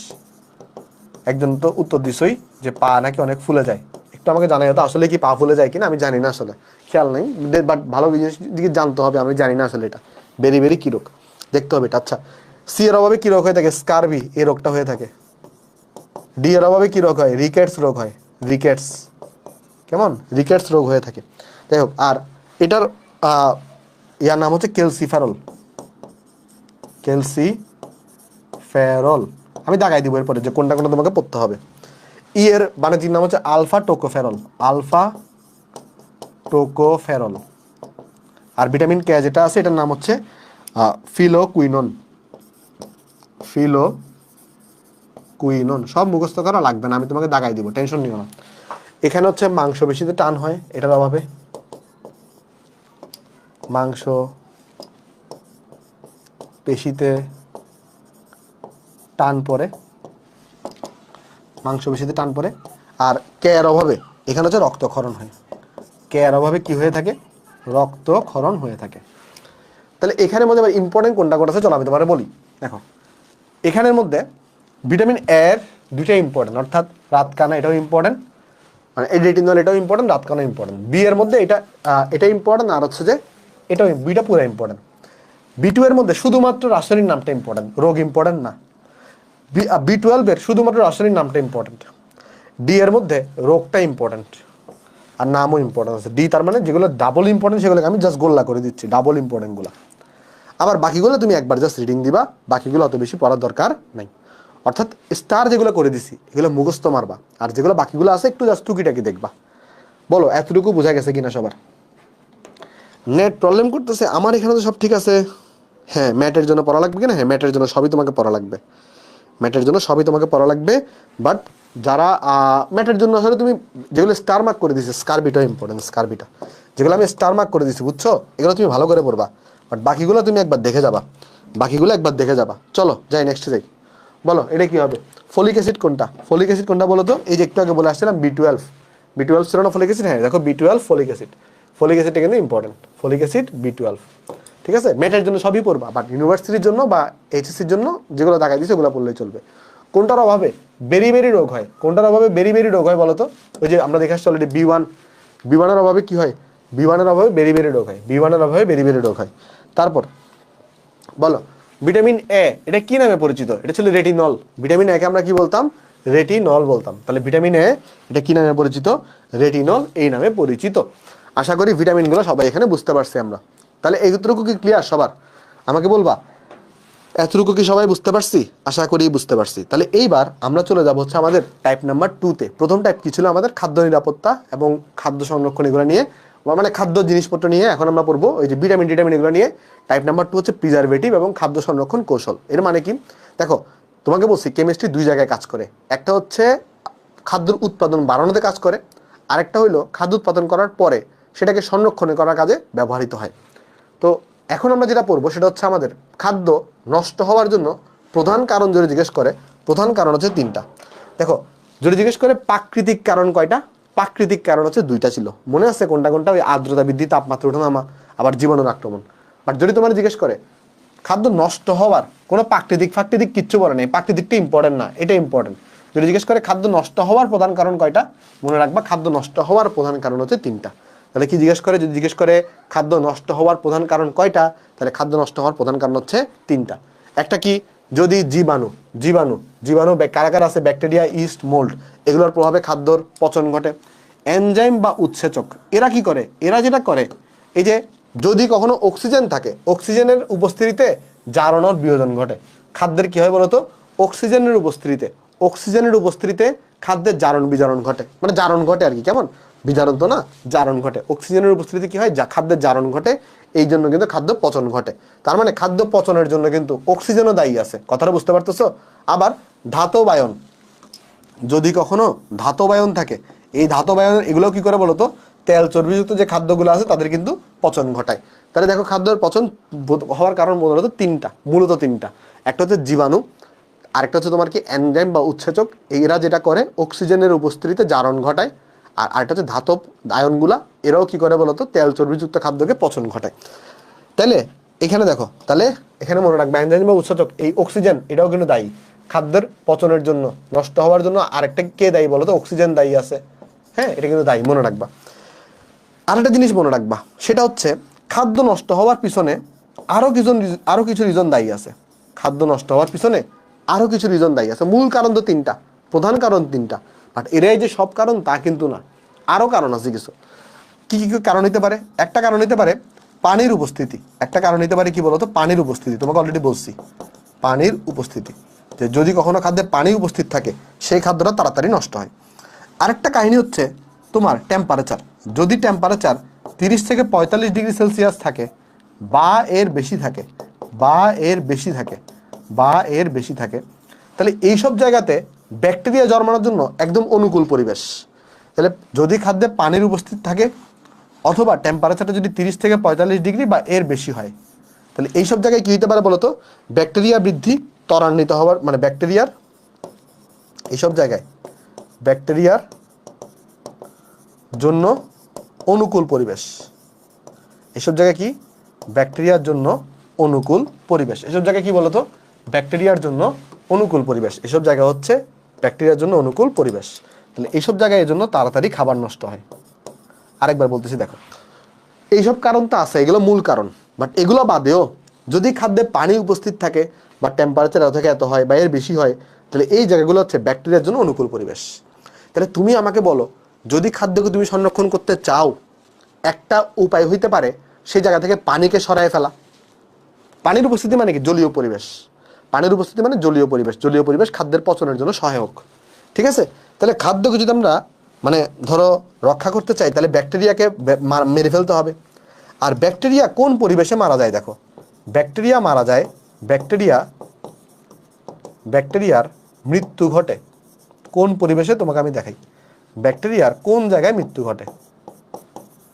ব্যাকটেরিয়ার মৃত্যু ঘটবে এমন জায়গায় যদি সেই জায়গার পিএইচ তুমি যদি 4.5 কমে আনতে পারো, তাহলে সেই জায়গায় ব্যাকটেরিয়ার মৃত্যু ঘটবে। তাহলে যদি কি করতে পারো, যে মানে কোন পরিবেশে ব্যাকটেরিয়া মারা যায়? যদি পিএইচটা তুমি 4.5 কমে নিয়ে আসতে পারো, তাহলে এটা কোন পরিবেশ? অম্লীয় নাকি ক্ষারীয় পরিবেশ? অম্লীয় পরিবেশ। তার মানে অম্লীয় পরিবেশে ব্যাকটেরিয়া সহজে মারা যায়। অম্লীয় পরিবেশে ব্যাকটেরিয়া সহজে মারা যায়। তাহলে মাথায় রাখবা যে ব্যাকটেরিয়ার মৃত্যু ঘটে কোন জায়গায়? ব্যাকটেরিয়ার মৃত্যু ঘটে 2 জায়গায়। কেমন? একটা হচ্ছে কোন আছে? একটা হচ্ছে তোমার আমাদের এই যে দেখো, একটা হচ্ছে যদি পিএইচ যদি 4.5 কম থাকে, আর একটা হচ্ছে অম্লীয় পরিবেশে। এই 2 জায়গায় ব্যাকটেরিয়ার মৃত্যু ঘটে। তাহলে মোটামুটি আমরা পড়লাম যে আমাদের প্রধান কারণ 3টা, এছাড়াও পানির উপস্থিতি বা জলীয় পরিবেশ, এবং এই তাপমাত্রাটা ব্যাকটেরিয়ার জন্য অনুকূল পরিবেশ বা ব্যাকটেরিয়া বৃদ্ধির জন্য। তাই ব্যাকটেরিয়াকে তুমি যদি মারতে চাও, তাহলে তোমাকে পিএইচটাকে 4.5 কমে নিয়ে আসতে হবে, মানে অম্লীয় পরিবেশ সৃষ্টি করতে হবে। এতটুকু তোলা হইলে একটা আমাকে বলো, এতটুকু কি তোলা হয়েছে সবার? এতটুকু কি সবাই তুলে ফেলছি আমরা? যদি তুলে থাকি তাহলে কয়েকটা চলো আমরা কোয়েশ্চন সলভ করে আসো। যেমন প্রথম কোয়েশ্চন করতেছে কি, যে খাদ্যের পচন ঘটার কারণ কোনটা? দেখো, পচন ঘটার কারণ, পচন কেন ঘটে? পানি না থাকা, না পানি থাকা হচ্ছে পচন ঘটার কারণ। পানি না ঘটা, এটা না থাকা, এটা কিন্তু পচন ঘটার কারণ না। এটা ভালো জিনিস, তাহলে এটা আনসার না। ভাইরাস জন্মানো, হ্যাঁ ভাইরাস যদি জন্মায় তাহলে পানির খাদ্য পচন হতে পারে। তাপমাত্রা 45 ডিগ্রি সেলসিয়াসের বেশি, এটা তো খাদ্য পচন হতে পারে। তাহলে 2 এবং 3 হচ্ছে তোমার আনসার। তারপর খাদ্যদ্রব্য পচনে অন্যতম সহায়ক কোনটা? দেখো কতবার পরীক্ষা আসছে। অন্যতম সহায়ক হচ্ছে অক্সিজেন। কেন? অক্সিজেন কি করে বলতো? অক্সিজেন হচ্ছে জারণ ঘটায়, খাদ্যের জারণ ঘটায়। এই জারণ ঘটানোর মাধ্যমে খাদ্যকে সে নষ্ট করে ফেলে। তারপর দেখো অণুজীবের বৃদ্ধির জন্য কোনটা প্রয়োজন? অণুজীবকে যদি বাড়ায়, অণুজীব মানে কি ব্যাকটেরিয়াগুলা, এগুলোর বৃদ্ধির জন্য কোনটা প্রয়োজন? এটার বৃদ্ধির জন্য হবে অম্লীয় পরিবেশ, না জলীয় পরিবেশ। অম্লীয় পরিবেশে সে মারা যায়। অম্লীয় পরিবেশে কি হবে? অম্লীয় পরিবেশে সে হচ্ছে মারা যাবে, বাট সে বৃদ্ধি পাবে কোথায় বলতো? জলীয় পরিবেশে, যেখানে পানি থাকবে। তাহলে খাদ্যের কোন উপাদানটি মূলত পচনের জন্য দায়ী? পচনের জন্য দায়ী কে বলতো? পচনের জন্য দায়ী হচ্ছে পানি। যদি পানি থাকে তাহলে সেটা কিন্তু তাড়াতাড়ি পচে যাবে। তাহলে পানি হচ্ছে পচনের জন্য দায়ী। আশা করি এতটুকু আমরা বুঝতে পারছি। তারপর যাই, এবার আসো আমরা এবার খাদ্য তৈরি করে ফেলছি, খাদ্যকে এবার সংরক্ষণ করতে হবে। এখন খাদ্যকে সংরক্ষণ করার জন্য দুই ধরনের ওয়ে আমাদেরকে আছে। একটা হচ্ছে এমন কিছু, দেখো খাদ্যকে সংরক্ষণ করার জন্য যেই জিনিসটা আমরা খাদ্যের সাথে অল্প পরিমাণে যোগ করি, বেশি যোগ করা যাবে না। বেশি যোগ করলে মূল খাদ্যেরই পুষ্টিমান নষ্ট হয়ে যাবে, খাদ্যের স্বাদ নষ্ট হয়ে যাবে, এই ধরনের প্রবলেম হবে। তাহলে খাদ্যের সাথে অল্প পরিমাণে কিছুটা যুক্ত করতে হবে, যা যুক্ত করার ফলে খাদ্যটাকে দীর্ঘদিন সংরক্ষণ করা যাবে। এগুলোকেই বলা হয় ফুড প্রিজারভেটিভ। তাহলে ফুড প্রিজারভেটিভ জিনিসটা কি? ফুড প্রিজারভেটিভ জিনিসটা হচ্ছে, দেখো ফুড প্রিজারভেটিভ বা খাদ্য সংরক্ষক, এর ডেফিনেশনটা অনেক ইম্পর্টেন্ট। এর ডেফিনেশনটা অনেক ইম্পর্টেন্ট, এই ডেফিনেশনটা অনেক ইম্পর্টেন্ট। যে ডেফিনেশনটা কি? খাদ্য সংরক্ষক বা ফুড প্রিজারভেটিভ যেসব রাসায়নিক পদার্থ খুব অল্প পরিমাণে যুক্ত করতে হবে। খুব কি পরিমাণে যুক্ত করতে হবে? অল্প পরিমাণে। বেশি পরিমাণে যুক্ত করলে হবে না। বেশি পরিমাণে যদি যুক্ত করো তাহলে হবে না, অল্প পরিমাণে যুক্ত করতে হবে। খাদ্যবস্তুর সাথে মিশিয়ে খাদ্যবস্তুকে ফাঙ্গাস ও ব্যাকটেরিয়ার আক্রমণ অথবা এনজাইমের প্রভাবটা পচন রোধ করা যায়, যে সে সকল পদার্থকে ফুড প্রিজারভেটিভ বা খাদ্য সংরক্ষক বলে। তার মানে ফুড প্রিজারভেটিভ জিনিসটা কি? যে সকল কেমিক্যালকে তুমি খাদ্যের সাথে অল্প পরিমাণে মিশাবা, বেশি মিশাইলে খাদ্যের পুষ্টিমান নষ্ট হবে, খাদ্যের স্বাদ নষ্ট হয়ে যাবে। অল্প পরিমাণে মিশাই তুমি খাদ্যকে সংরক্ষণ করবা, তাহলে এগুলোকে বলা হবে ফুড প্রিজারভেটিভ।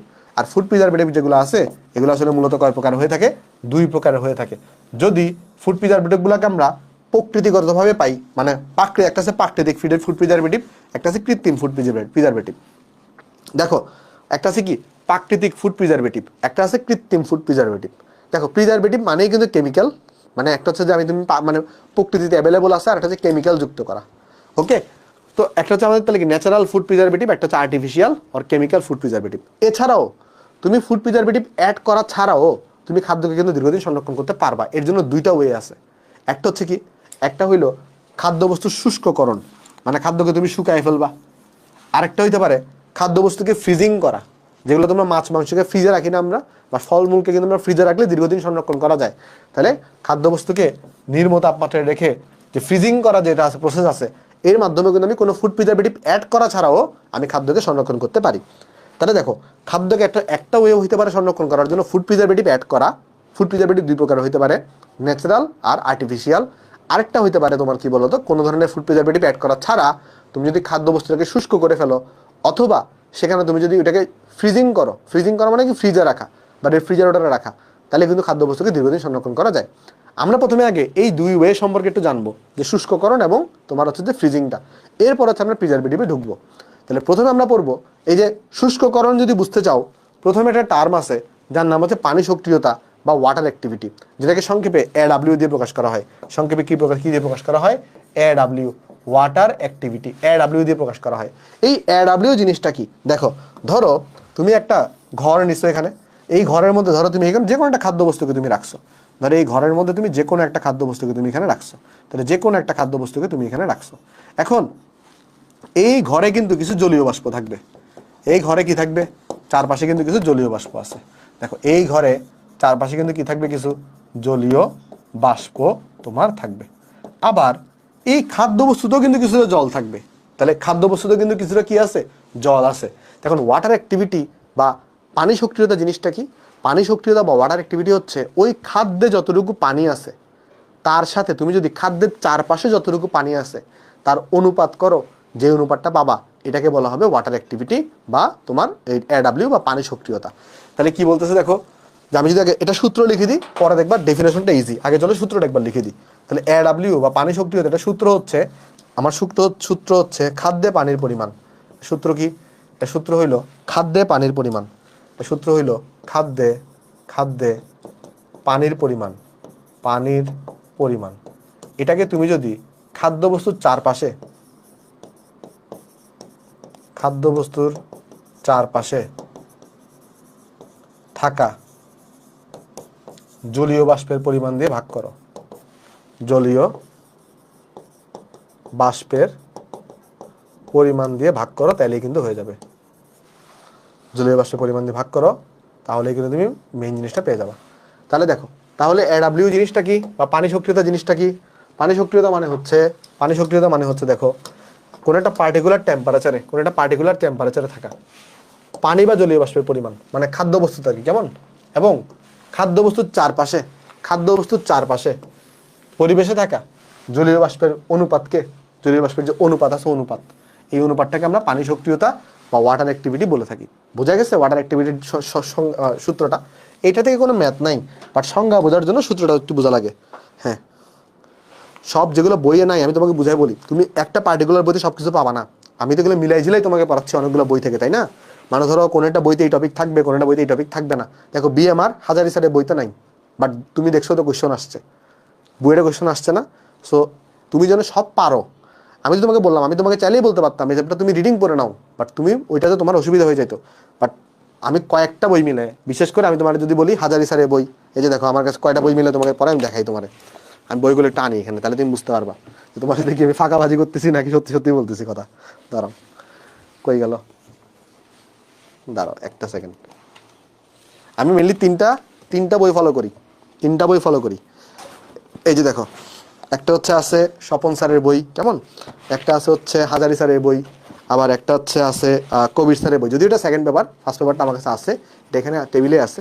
তো তোমাকে আমি বললাম যে আমি কিন্তু তোমাকে সবগুলো বই মিলায়ে তারপরে তোমাকে পড়াচ্ছি, যেন তোমার নিজের বইটা কষ্ট করে ঘাটাঘাটি করে পড়তে না হয়। দেখো তোমার এইচএসসিতে তোমার যে সময়টা কিন্তু খুবই অল্প।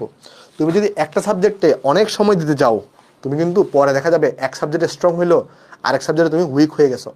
আমাদের কাজটাই হচ্ছে জন্য তোমার পড়াটাকে ইজি বানানো, বা ইজি বানানো বলতে কি, যেন তুমি পড়াটা কিছুটা গুছায় আনতে পারো। কেমন, আমাদের কাছে যদি গুছাই দেওয়া তোমাকে, অর্থাৎ আমরা 3-4টা বই ঘেটে, কারণ তুমি জানো না কোন টপিকটা, মানে তোমাদের এই যে এটা জানাটা মানে ধরো খুবই ডিফিকাল্ট আর কি। হ্যাঁ, অনেকে জানতে পারো, যাদের ধরো পরিবারের বড় ভাইরা, মানে ধরো অনেকে থাকে না যে তুমি ছোট ভাই, তোমার একটা বড় ভাই আছে যে মাত্র এইচএসসি পড়ে ভালো জায়গায় পড়তেছে বা ভালো একটা কিছু করতেছে, বা সবাই মাত্র এইচএসসি পড়ে গেছে, তুমি তার থেকে গাইডলাইন পাইতে পারো।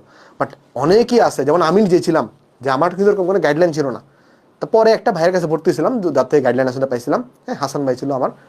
তো যাই হোক, তোমাকে যেটা বলতেছি, আমরা কিন্তু তোমাদেরকে একটা গাইডলাইন দেওয়ার চেষ্টা করতেছি আসলে তোমার পুরো এইচএসসি লাইফটাতে। এই যে আমাদের সাইকেলগুলোতে বেসিক্যালি তোমাকে পড়াটা গুছাই দেওয়া হচ্ছে আমার দায়িত্ব। তুমি যে তোমার পক্ষে সর্বোচ্চ একটা বই পড়া এই মুহূর্তে পসিবল, বাট হ্যাঁ তুমি যদি অনেকক্ষণ পড়তে পারো তাহলে তুমি পড়তে পারো, বাট তুমি না 3-4টা বই পড়লে প্যাচ খায় যাবা, বুঝছো? এই জন্য হ্যাঁ, গোসারে বইও আছে, হ্যাঁ, প্লাস 1.5 ঘন্টা হবে। যাই হোক, তোমাকে এটাই বললাম, আমি অনেক কিছু তুমি বইতে পাবা না, বাট সব মিলাই তোমাকে পড়াচ্ছি। যাই হোক, চলো, প্রথম ক্লাস তো এই জন্য গল্প করতেছি বেশি, বাট পড়াগুলো ইজি এই জন্য। দেখো, যাই হোক, এবার দেখো, আমি তাহলে বললাম যে একটা খাদ্যবস্তুতে যে পানি আছে তার পরিমাণ আর এর চারপাশে যতটুকু পানি আছে এর যে অনুপাতটা, এটাকে আমরা পানি সক্রিয়তা বলি। এখন তুমি চিন্তা করে দেখো তো ভাই, আমি যদি তোমাকে জিজ্ঞেস করি যে তুমি যদি খাদ্যে পানির পরিমাণ যদি 0 হয়, ধরো শুষ্ক খাদ্য, ধরো একটা খাদ্য আছে যেটাকে আমরা বলি শুষ্ক খাদ্য মানে কি? শুষ্ক খাদ্য মানে হচ্ছে তার মধ্যে যদি কোনো একটা খাদ্য শুষ্ক হয়, তাহলে সেই শুষ্ক খাদ্যে ওই শুষ্ক খাদ্যে পানির পরিমাণ কত? খাদ্যে পানির পরিমাণ কত কেউ বলতে পারবা? শুষ্ক খাদ্যে পানির পরিমাণ কত? শুষ্ক খাদ্য মানে এখানে কোনো পানি নেই, তাহলে পানির পরিমাণ হবে 0, তাহলে খাদ্যে পানির পরিমাণ হবে 0। তো খাদ্য যদি পানির পরিমাণ 0 হয়, তাহলে AW এর মান কত আসবে? 0। তাহলে এই জন্য মনে রাখবা, শুষ্ক খাদ্যে AW এর মান আসে 0। আর যেহেতু এখানে কোনো পানি নাই, তাহলে এখানে কিন্তু কোনো ধরনের কি করতে পারবে না, তোমার এখানে ছত্রাক ব্যাকটেরিয়া এগুলো কিন্তু অণুজীব জন্মাতে পারে না। তো এইটাই এখানে লিখছে, দেখো যে পানি বাষ্পবিহীন সম্পূর্ণ শুষ্ক বস্তুতে AWটা 0 হয়, আর AW যদি 0 হয়ে যায় সেখানে কিন্তু কোনো ধরনের অণুজীব জন্মাইতে পারে না। বোঝা গেছে? ওকে। আর আমাদের সাধারণত AW এর মানটা কত হয়ে থাকে?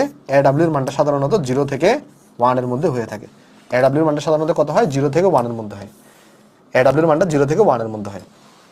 তো চলো, এই বিষয়টা তোমরা বুঝে গেছো, আমরা একটু নেক্সটে তোমাকে যাই যেখানে একটা ছক দেওয়া আছে, এটা মেডিকেলে যারা প্রিপারেশন নেবে তারা ভালো করে পড়বা, বাট বাকিদের জন্য আমি যতটুকু বলবো ততটুকু তুমি পড়লেই চলবে। বা তোমার জন্য ইম্পর্টেন্ট কোনটা দেখো, তোমার জন্য ইম্পর্টেন্ট হচ্ছে প্রথমে এটা, যদি AWটা 0 হয়, AW যদি 0 হয় সেটা সম্পূর্ণ শুষ্ক খাদ্য, এটাও তোমার জন্য ইম্পর্টেন্ট। যে আচ্ছা এটা তো আমরা একটা আসতেছি, সেকেন্ডটা তো আমি একটু আসতেছি, আগে একটু থার্ড ফোর্থ এগুলো পরে আসি। তাহলে AWর রেঞ্জ কত? 0 থেকে 1, অলরেডি তোমাকে বলছি। তারপরে AWর মান যদি 0.9 বেশি হয় তাহলে এইটা ব্যাকটেরিয়া বৃদ্ধির জন্য উপযুক্ত। যদি AWর মানটা 0.8 থেকে বড় হয় তাহলে সেটা ছত্রাক জন্মানোর জন্য উপযুক্ত। আর যদি AWর মানটা 0.8 থেকে বড় হয় তাহলে ইস্ট জন্মানো বা বৃদ্ধির জন্য উপযুক্ত। আর যদি, তাহলে একটা জিনিস তুমি বলো তো, AWর মান বেশি হওয়া ভালো না কম হওয়া ভালো? দেখো AWর মান যত বাড়াচ্ছ তত কিন্তু ব্যাকটেরিয়া, ছত্রাক, ইস্ট এগুলো জন্মাচ্ছে, তত কি হচ্ছে? ব্যাকটেরিয়া, ছত্রাক, ইস্ট এগুলো জন্মাচ্ছে, তাহলে AW কম হওয়া ভালো। তাহলে মনে রাখবা আমাদের যেটা আছে AWর মানটা কিন্তু কম হওয়া ভালো। তাহলে মনে রাখবা AWর মান কম হওয়া ভালো, কম হওয়া ভালো, কারণ বেশি হইলে সেখানে বেশি পানি আছে আর সেটা তাড়াতাড়ি পচন হবে। তাহলে AWর মানটা কি হইতে হবে বলো তো? কম হওয়াটা কিন্তু ভালো।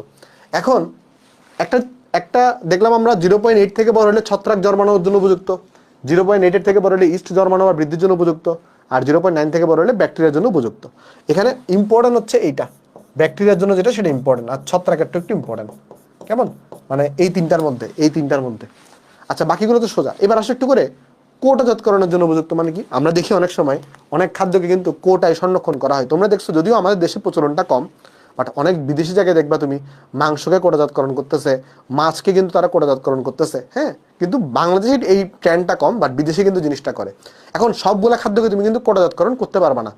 ওই সকল খাদ্যকে তুমি কোটাজাতকরণ করতে পারবা যদি সেই খাদ্যের AWর মানটা 0.6 এর কম হয়, তাহলে কোটাজাতকরণের জন্য উপযুক্ত হবে এটা তখন। তাহলে আমরা এখানে এটা লিখে দিই, যেখানে একটু করে মনে রাখবা AW এর আদর্শ মানও বলে এটাকে। AW এর আদর্শ মান মানে আইডিয়াল মান কত সেটা হচ্ছে AW এর মানটা যদি 0.6 থেকে কম হয় সেটা হচ্ছে আদর্শ মান। আর আরেকটা জিনিস জিজ্ঞেস করে কোটাজাতকরণের শর্ত, কোটাজাতকরণের শর্তটা কি? শর্তটা হচ্ছে AW এর মানটাকে 0.6 থেকে কম হইতে হবে। তাহলে এই দুই টাইপের কোশ্চেন কিন্তু পরীক্ষায় আসতে পারে, তাহলে এটা কি বোঝা গেছে ভাই সবার?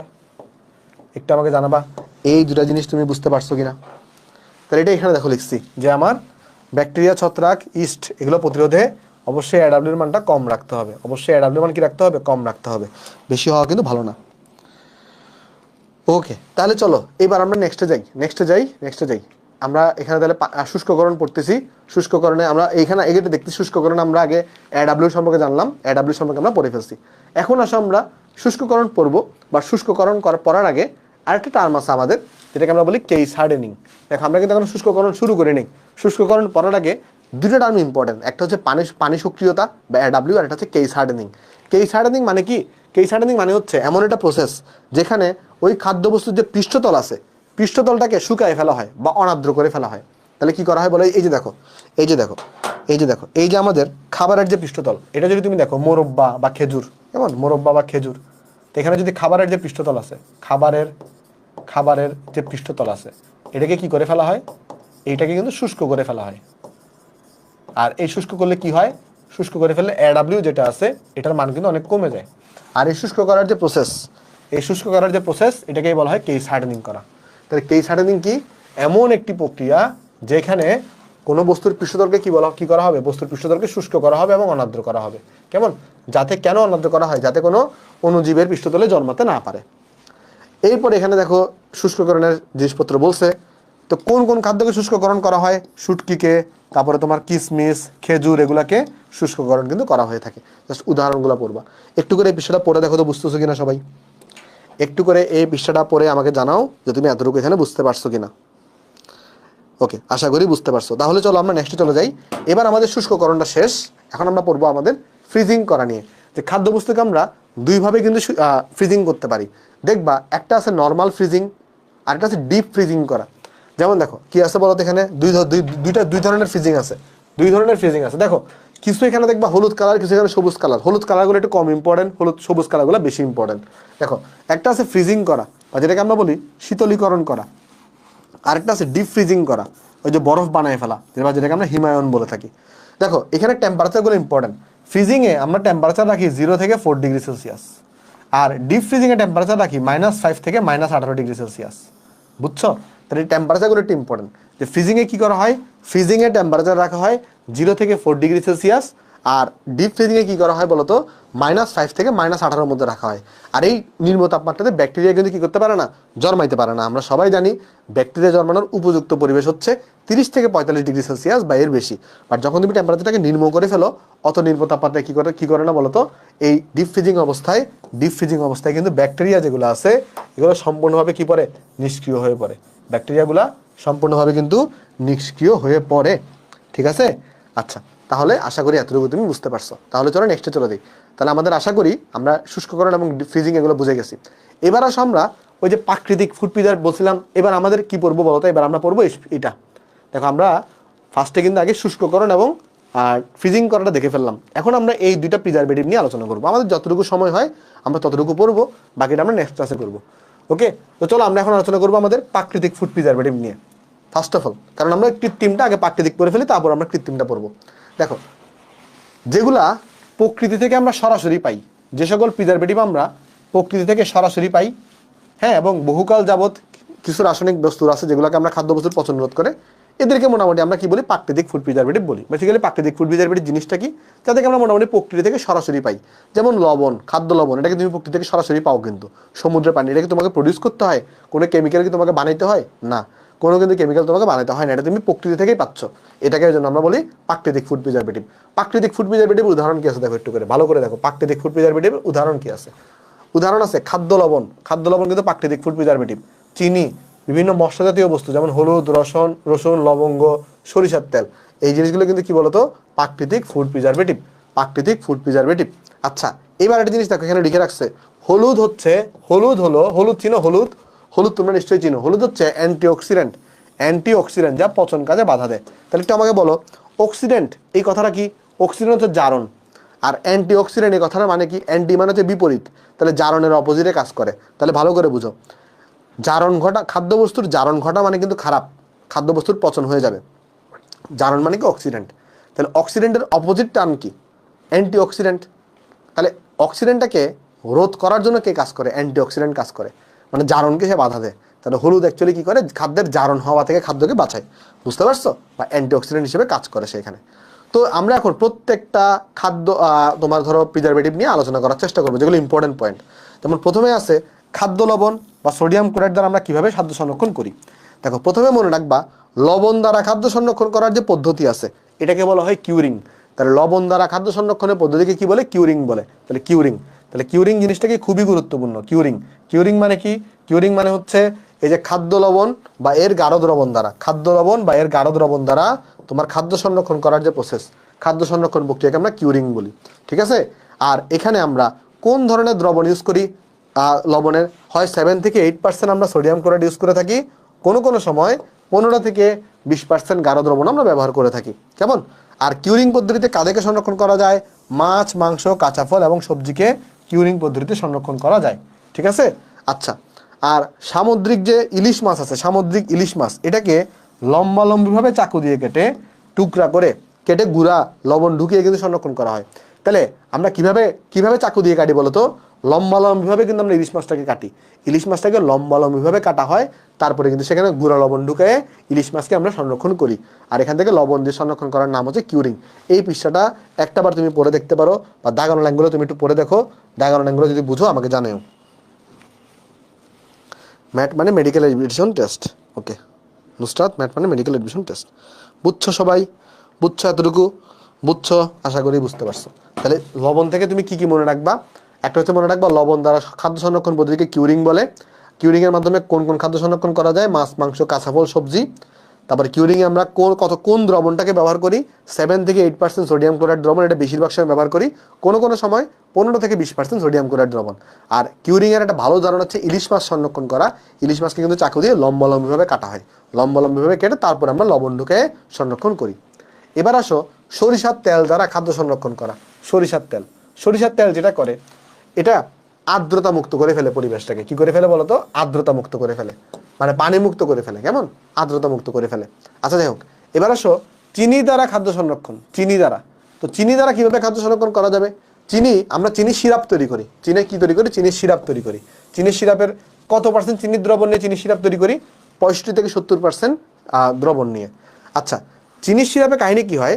চিনির যে গাঢ় দ্রবণ আছে, চিনির যে গাঢ় দ্রবণ বা সিরাপের সংস্পর্শে ব্যাকটেরিয়া কোষের মধ্যস্থ জলীয় অংশকে চিনি কি করে? অভিস্রবণ প্রক্রিয়াতে বা অসমোসিস প্রক্রিয়াতে শোষণ করে নেয়। মানে কাহিনী কি হয়?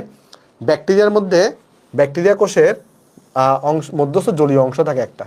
ব্যাকটেরিয়া কোষের মধ্যে কি থাকে? একটা জলীয় অংশ থাকে। ব্যাকটেরিয়া কোষের মধ্যে কি থাকে? জলীয় অংশ থাকে। সেটাকে কে শোষণ করে নিয়ে আসে? চিনির যে সিরাপটা সেটা শোষণ করে নিয়ে আসে। নিয়ে আসার ফলে এটা কোন প্রসেসের মাধ্যমে শোষণ করে নিয়ে আসে?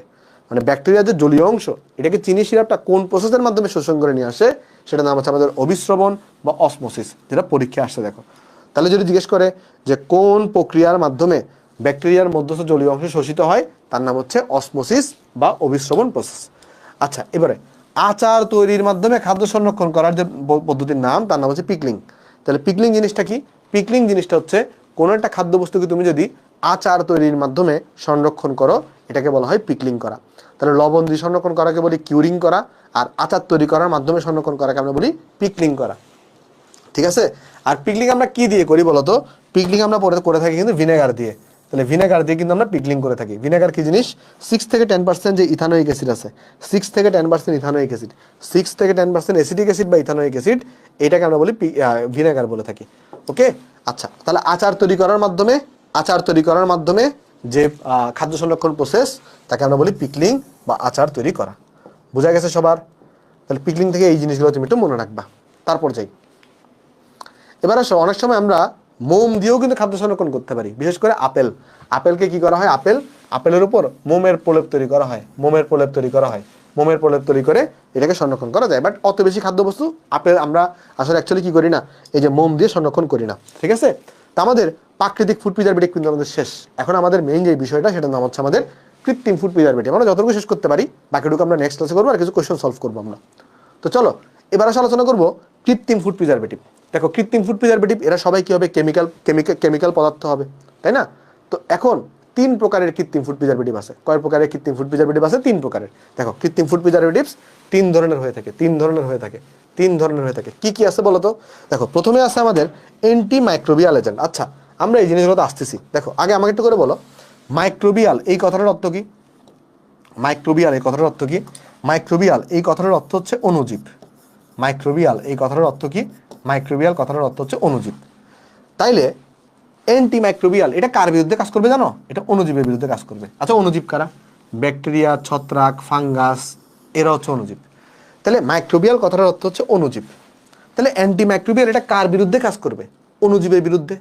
তাহলে কোন ধরনের কৃত্রিম ফুড প্রিজারভেটিভকে তুমি ওই যে অ্যান্টি মাইক্রোবিয়াল বলতে পারবা? যে সকল কৃত্রিম ফুড প্রিজারভেটিভস অণুজীবের বিরুদ্ধে কাজ করবে, তাদেরকে বলা হবে অ্যান্টি মাইক্রোবিয়াল এজেন্ট। তাহলে বোঝা গেছে? তাহলে কোন ফুড প্রিজারভেটিভকে আমরা অ্যান্টি মাইক্রোবিয়াল বলবো? যে সকল ফুড প্রিজারভেটিভ তোমার অণুজীবের বিরুদ্ধে কাজ করে খাদ্যকে সংরক্ষণ করে, তাকে বলা হয় অ্যান্টি মাইক্রোবিয়াল এজেন্ট। এবার আসো অ্যান্টি অক্সিডেন্ট। অক্সিডেন্টের নাম হচ্ছে জারণ। অক্সিডেন্টের মানে হচ্ছে জারণ। তাহলে যে সকল ফুড প্রিজারভেটিভ জারণে বাধা দেয়, জারণ কার ঘটে? তেল চর্বির জারণ ঘটে। তেল চর্বি বা লিপিড কণার জারণ ঘটে। তাহলে যে সকল ফুড প্রিজারভেটিভ তেল চর্বি এবং লিপিড কণার জারণে বাধা দিবে, তাদেরকে বলা হবে অ্যান্টিঅক্সিডেন্ট। এতটুকু কি বোঝা গেছে? এই দুইটার নাম এতটুকু কি বোঝা গেছে? আর 15 মিনিটের মতো ক্লাস আছে ভাই, আর বেশিক্ষণ নাই। এতটুকু কি বোঝা গেছে? হ্যাঁ, ওকে। বইয়ের পিডিএফটা আমি অ্যাড করে দিব। আশা করি তুমি বুঝতে পারছো। আচ্ছা, এবার আসো, নাম দেখে আমরা কিলেটিং এজেন্ট। এই জিনিসটা কি? আশা করি, দেখো আমি তোমাকে আগে বুঝাই বলি। 3 ধরনের কৃত্রিম ফুড প্রিজারভেটিভ আছে। একটা হচ্ছে আমাদের অ্যান্টি মাইক্রোবিয়াল, যারা মাইক্রোবিয়াল বা অণুজীবের বিরুদ্ধে কাজ করবে। একটা আছে অ্যান্টিঅক্সিডেন্ট, যারা জারণের বিরুদ্ধে কাজ করবে। আর একটা আছে কিলেটিং এজেন্ট। কিলেটিং এজেন্ট জিনিসটাকে আমি তোমার একটু বলি। এই জিনিসটা রিলেট করতে পারবা যারা হচ্ছে তোমার মৌলের পর্যায়বৃত্ত ধর্মের জটিল যৌগ পাঠটা পড়ে আসছো। তোমরা নিশ্চয়ই সবাই দেখছো যে সকল অবস্থান্তর মৌল আছে, কিছু ধাতু আছে, যেমন বলতে গেলে বলতে হয় Fe2+, Fe3+, আরও আছে, এরা আছে। সবাই তোমরা জানো এরা কি করতে পারে বলো তো? এরা কিন্তু সন্নিবেশ বন্ধন গঠন করতে পারে। এরা কিন্তু কি করতে পারে, সন্নিবেশ বন্ধন গঠন করতে পারে, কারণ এদের ফাঁকা ডি অরবিটাল থাকে। তাহলে এরা কি করে, এদের চারপাশে কিন্তু বিভিন্ন লিগ্যান্ড দ্বারা, এদের চারপাশে কিন্তু কি করে বলতো, বিভিন্ন লিগ্যান্ড দ্বারা তারা কিন্তু সন্নিবেশ বন্ধন গঠন করে, তারা সন্নিবেশ বন্ধন গঠন করে। ঠিক আছে, তারা কি করে, বিভিন্ন লিগ্যান্ড দ্বারা তারা কিন্তু এখানে সন্নিবেশ বন্ধন গঠন করতেছে, বিভিন্ন দিক থেকে কিন্তু সন্নিবেশ বন্ধন গঠন করতেছে। আচ্ছা, এবার এই কিলিটিং এজেন্টের কাজ কি জানো? কিলিটিং এজেন্টের কাজ হচ্ছে আগে তোমরা জিনিসটা বুঝাই বলে দেখো, তোমরা কখনো কাঁকড়া দেখছো? কাঁকড়া কি করে, তার পাগুলা দ্বারা তার যে শিকার সেটাকে এইভাবে করে চাইপা ধরে না, তখন শিকারটাকে আর চারদিক থেকে নড়তে পারে? বলো তো, শিকার কি আর চারদিক থেকে নড়তে পারে? না, পারে না। কিন্তু তার মানে কাঁকড়া কি করে, তার পা দিয়ে, মানে এটা কিন্তু ধরে পা এইভাবে করে সে তার শিকারকে এইভাবে যখন আটকায় ধরে, তখন কিন্তু শিকারটা কিন্তু নড়তে পারে না। তো কিলিটিং এজেন্টগুলো কি করে, কিলিটিং এজেন্টগুলো এই সন্নিবেশ বন্ধন গঠনের মাধ্যমে এই অবস্থান্তর মৌলটাকে আটকায় ফেলে। এই অবস্থান্তর মৌলগুলা কি করে, এই অবস্থান্তর মৌলগুলা খাদ্যবস্তুকে পচনে সাহায্য করে। তো তাকে যদি আমি আটকাইতে চাই, মানে ধরো আমি চাইতেছি না যে সে পচনে সাহায্য করুক, তাহলে আমাকে তাকে কি করতে হবে, আটকাই ফেলতে হবে, সে যেন নড়তে চড়তে না পারে। তখন কি করে, ওই কিলিটিং এজেন্টগুলা কিলেট সৃষ্টির মাধ্যমে, কি সৃষ্টির মাধ্যমে, কিলেট। দেখবা কিলিটিং এজেন্ট, এটার ইংলিশ নাম কিন্তু এরকম না, এটার ইংলিশ নাম কিন্তু এরকম না কিন্তু এটার নাম কিরকম জানো? এটার নাম হচ্ছে এরকম, চিলেটিং। ঠিক আছে, চিলেটিং মানে কিন্তু বাংলায় লেখে কিলেটিং, যাই হোক। তো কিলিটিং এজেন্ট কি করে, তাহলে সন্নিবেশ বন্ধন গঠনের মাধ্যমে সে অবস্থান্তর মৌলগুলোকে আটকাই ফেলার মাধ্যমে সে কিন্তু তোমার এখানে কি করে, ওই যে খাদ্যবস্তুর পচন থেকে রক্ষা করে। প্রত্যেকটাকে নিয়ে আমরা ডিটেলস আলোচনা করব, হ্যাঁ ওকে। দেখো প্রত্যেকটা আমরা ডিটেলস আলোচনা করব। তো আমরা প্রাইমারি আইডিয়াটা তুমি বুঝতে পারছো কিনা এটা আমাকে কমেন্টে জানাও। প্রত্যেকটাকে নিয়ে আমি ডিটেলস আলোচনা করব, বাট প্রাইমারি আইডিয়াটা তুমি বুঝতে পারছো কিনা এটা আমাকে কমেন্টে জানাও। প্রত্যেকটা জিনিসটা আমরা ডিটেলস আলোচনা করব। চলো, আশা করি তোমরা বুঝতে পারছো। আমি আর একটা নিয়ে হয়তো আমাদের আলোচনা করার সুযোগ হবে আজকে, নাম হচ্ছে আমাদের অ্যান্টিমাইক্রোবিয়াল এজেন্টটা নিয়ে। চলো আমরা আলোচনা করবো অ্যান্টিমাইক্রোবিয়াল এজেন্ট নিয়ে। তো অ্যান্টিমাইক্রোবিয়াল এজেন্ট জিনিসটা কি, যে সকল কৃত্রিম ফুড প্রিজারভেটিভস কি করে, রাসায়নিক বিক্রিয়ার মাধ্যমে অণুজীবের ওই যে মাইক্রোবিয়াল মানে অণুজীবের কোষ ধ্বংস করে খাদ্যকে পচন থেকে রক্ষা করে, তাদেরকে অ্যান্টিমাইক্রোবিয়াল এজেন্ট বলে। তো অ্যান্টিমাইক্রোবিয়াল এজেন্ট কাকে বলে? অ্যান্টিমাইক্রোবিয়াল এজেন্ট হচ্ছে যে সকল কৃত্রিম ফুড প্রিজারভেটিভ কি করবে বলতো, অণুজীবের কোষ ধ্বংস করে ফেলবে, অণুজীবের কোষ ধ্বংস করে খাদ্যকে পচনের হাত থেকে রক্ষা করবে, তাদেরকে আমরা বলে থাকি অ্যান্টিমাইক্রোবিয়াল এজেন্ট। তাহলে আমাদের প্রথম কাজ হচ্ছে যে দেখো, তাহলে এদের কাজ কি? এদের কাজ হচ্ছে মাইক্রো অর্গানিজম। এদের কাজ কি? এদের কাজ হচ্ছে মাইক্রো অর্গানিজম মানে অণুজীব, মাইক্রো অর্গানিজম বা অণুজীব। কি কি অণুজীব হইতে পারে? হইতে পারে তোমার হচ্ছে ইস্ট, তারপরে হতে পারে মোল্ডস, তারপরে হতে পারে ব্যাকটেরিয়া,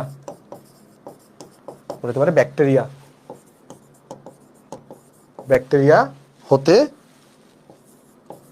খাবারকে বাঁচায়,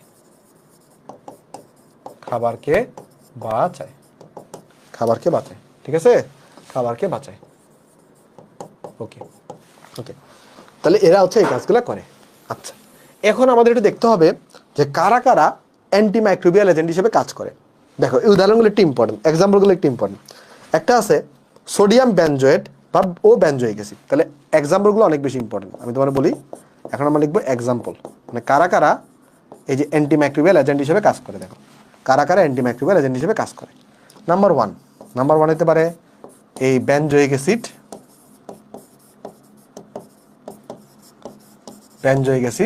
ও সোডিয়াম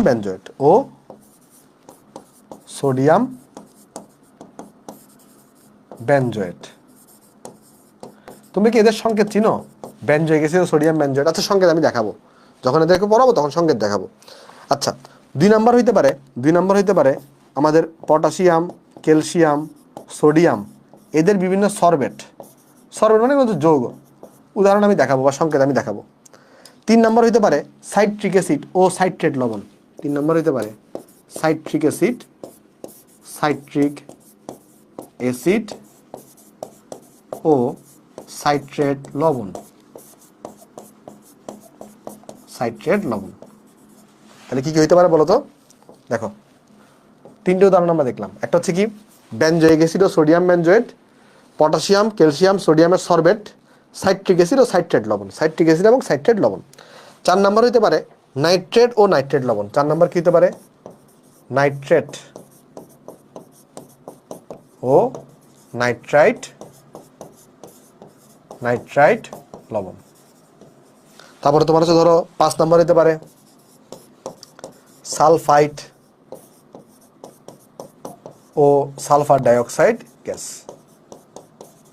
তারপর ধরো তোমার 6 নম্বর হইতে পারে আমাদের CH3COOH, যেটাকে আমরা বলি ইথানোয়িক অ্যাসিড, বা এটাকে আমরা অ্যাসিটিক অ্যাসিডও বলতে পারি, এটাকে আমরা অ্যাসিটিক অ্যাসিডও বলতে পারি। আর 7 নম্বর হতে পারে হচ্ছে আমাদের প্যারাবেন। 7 নম্বর হতে পারে আমাদের প্যারাবেন। তাহলে এইগুলা একটু তোমাকে মুখস্থ রাখতে হবে যে কোনটা অ্যান্টিমাইক্রোবিয়াল এজেন্টের উদাহরণ, কোনটা অ্যান্টিমাইক্রোবিয়াল এজেন্টের উদাহরণ। এই জিনিসটা তোমাকে একটু মুখস্থ রাখতে হবে, ঠিক আছে? কোনটা অ্যান্টিমাইক্রোবিয়াল এজেন্টের উদাহরণ, এগুলো তোমাকে একটু মুখস্থ রাখতে হবে। দেখো তোমার দেখবা পড়তে মুখস্থ হয়ে গেছে, এগুলো একদিনে মুখস্থ রাখার দরকার নাই, বাট তুমি দেখবা পড়তে তোমার মনে থেকে গেছে, বুঝছো?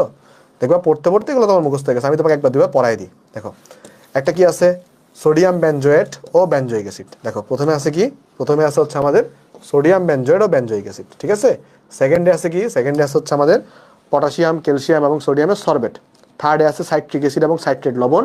ফোর্থে আছে আমাদের নাইট্রেট এবং নাইট্রেট লবণ। ফিফথে আছে সালফাইড এবং SO2 গ্যাস। এরপর আছে ইথানোয়িক অ্যাসিড বা অ্যাসিটিক অ্যাসিড। এরপর আছে 7 নম্বর আছে প্যারাবেন। একটু করে মনোযোগ দিয়ে দিবা। সেটা হচ্ছে যদি তোমাকে বলে ভিনেগার, দেখো একটু করে আমি দেখাই দিয়ে আসো। ধরো তোমাকে বললো ভিনেগার জিনিসটা কি?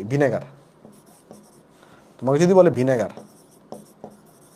ভিনেগার এটা মানে হচ্ছে 6 থেকে এখানে 10% অ্যাসিটিক অ্যাসিড থাকে। দেখো যদি তোমাকে কোয়েশ্চনে শুধুমাত্র অ্যাসিটিক অ্যাসিড বা ইথানোয়িক অ্যাসিড দেয়, যদি তোমার কোয়েশ্চনে শুধুমাত্র অ্যাসিটিক অ্যাসিড বা ইথানোয়িক অ্যাসিড দেয়, কোনো ধরনের পার্সেন্টেজ না দেয়, তাহলে কিন্তু সেটা কৃত্রিম ফুড প্রিজারভেটিভস। যদি তোমাকে শুধুমাত্র এটা দেয়। বাট তোমাকে যদি ভিনেগার দেয়, ভিনেগার কিন্তু প্রাকৃতিক ফুড প্রিজারভেটিভস। তাহলে কি মনে রাখবা? ধরো তোমাকে দিল শুধুমাত্র অ্যাসিটিক অ্যাসিড, তাহলে এটা কিন্তু কৃত্রিম ফুড প্রিজারভেটিভস। আর তোমাকে যদি ভিনেগার দেয় যেখানের মধ্যে অ্যাকচুয়ালি 6 থেকে 10% কি আছে? ইথানোয়িক অ্যাসিড আছে, CH3COOH আছে, এটা কিন্তু ভাই প্রাকৃতিক ফুড প্রিজারভেটিভস। এই দুটা জিনিস মনে থাকবে না? বলো তো একটু করে। এই দুটা জিনিস কি মনে থাকবে? হ্যাঁ, সরবেট হচ্ছে এক ধরনের যৌগ। আমি দেখাই দিব, সরবেটের আমি সংকেত দেখাই দিব। বাট জিনিসগুলো দেখো, বোঝার চেষ্টা করো। যদি তোমাকে শুধুমাত্র ইথানোয়িক অ্যাসিড জিজ্ঞেস করে, কোনো পার্সেন্টেজ না দেয়, তাহলে কিন্তু সেটা কৃত্রিম ফুড প্রিজারভেটিভ।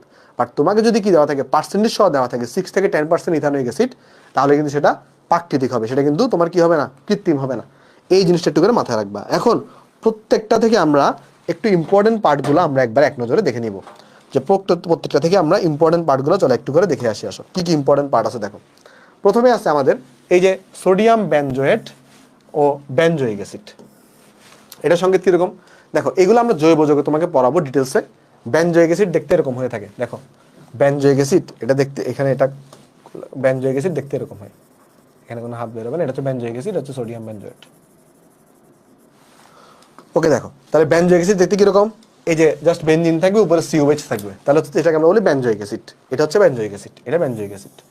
আর এটা আছে সোডিয়াম বেনজোয়েট, যদি CON থাকে এটাকে আমরা বলি সোডিয়াম বেনজোয়েট। তাহলে এগুলো কি হিসেবে কাজ করে? অ্যান্টিমাইক্রোবিয়াল এজেন্ট হিসেবে কাজ করে। এই যেখানে লিখছে সোডিয়াম বেনজোয়েট হলো বেনজোইক অ্যাসিডের লবণ, সংকেত টঙ্কেত এখানে দেওয়া আছে, বাট এত কিছু পড়া লাগবে না। যেটা পড়া লাগবে সেটা হচ্ছে মনে রাখবা এখানে কি কি পড়া লাগবে আমি তোমাকে একটু করে বলি। দেখো ধরো কিছু খাবার আছে না, প্রক্রিয়াজাত খাবার, যেমন কি খাবার আছে দেখো, চানাচুর, চিপস, তারপর বিভিন্ন ধরনের পনির, সালাদ, বিভিন্ন ফলের আচার, মানে যেগুলো টমেটো সস, মানে যেগুলো হচ্ছে কি বলতো প্রক্রিয়াজাত খাবার। যেগুলো কি খাবার? প্রক্রিয়াজাত খাবার। যেগুলো হচ্ছে প্রক্রিয়াজাত খাবার, যেগুলো হচ্ছে কি খাবার? প্রসেসকৃত খাবার বা প্রক্রিয়াজাত যে খাবারগুলো আছে, এই প্রক্রিয়াজাত খাবারগুলাকে তুমি যদি কি করতে চাও, সংরক্ষণ করতে চাও, প্রক্রিয়াজাত যে খাবারগুলো আছে এই প্রক্রিয়াজাত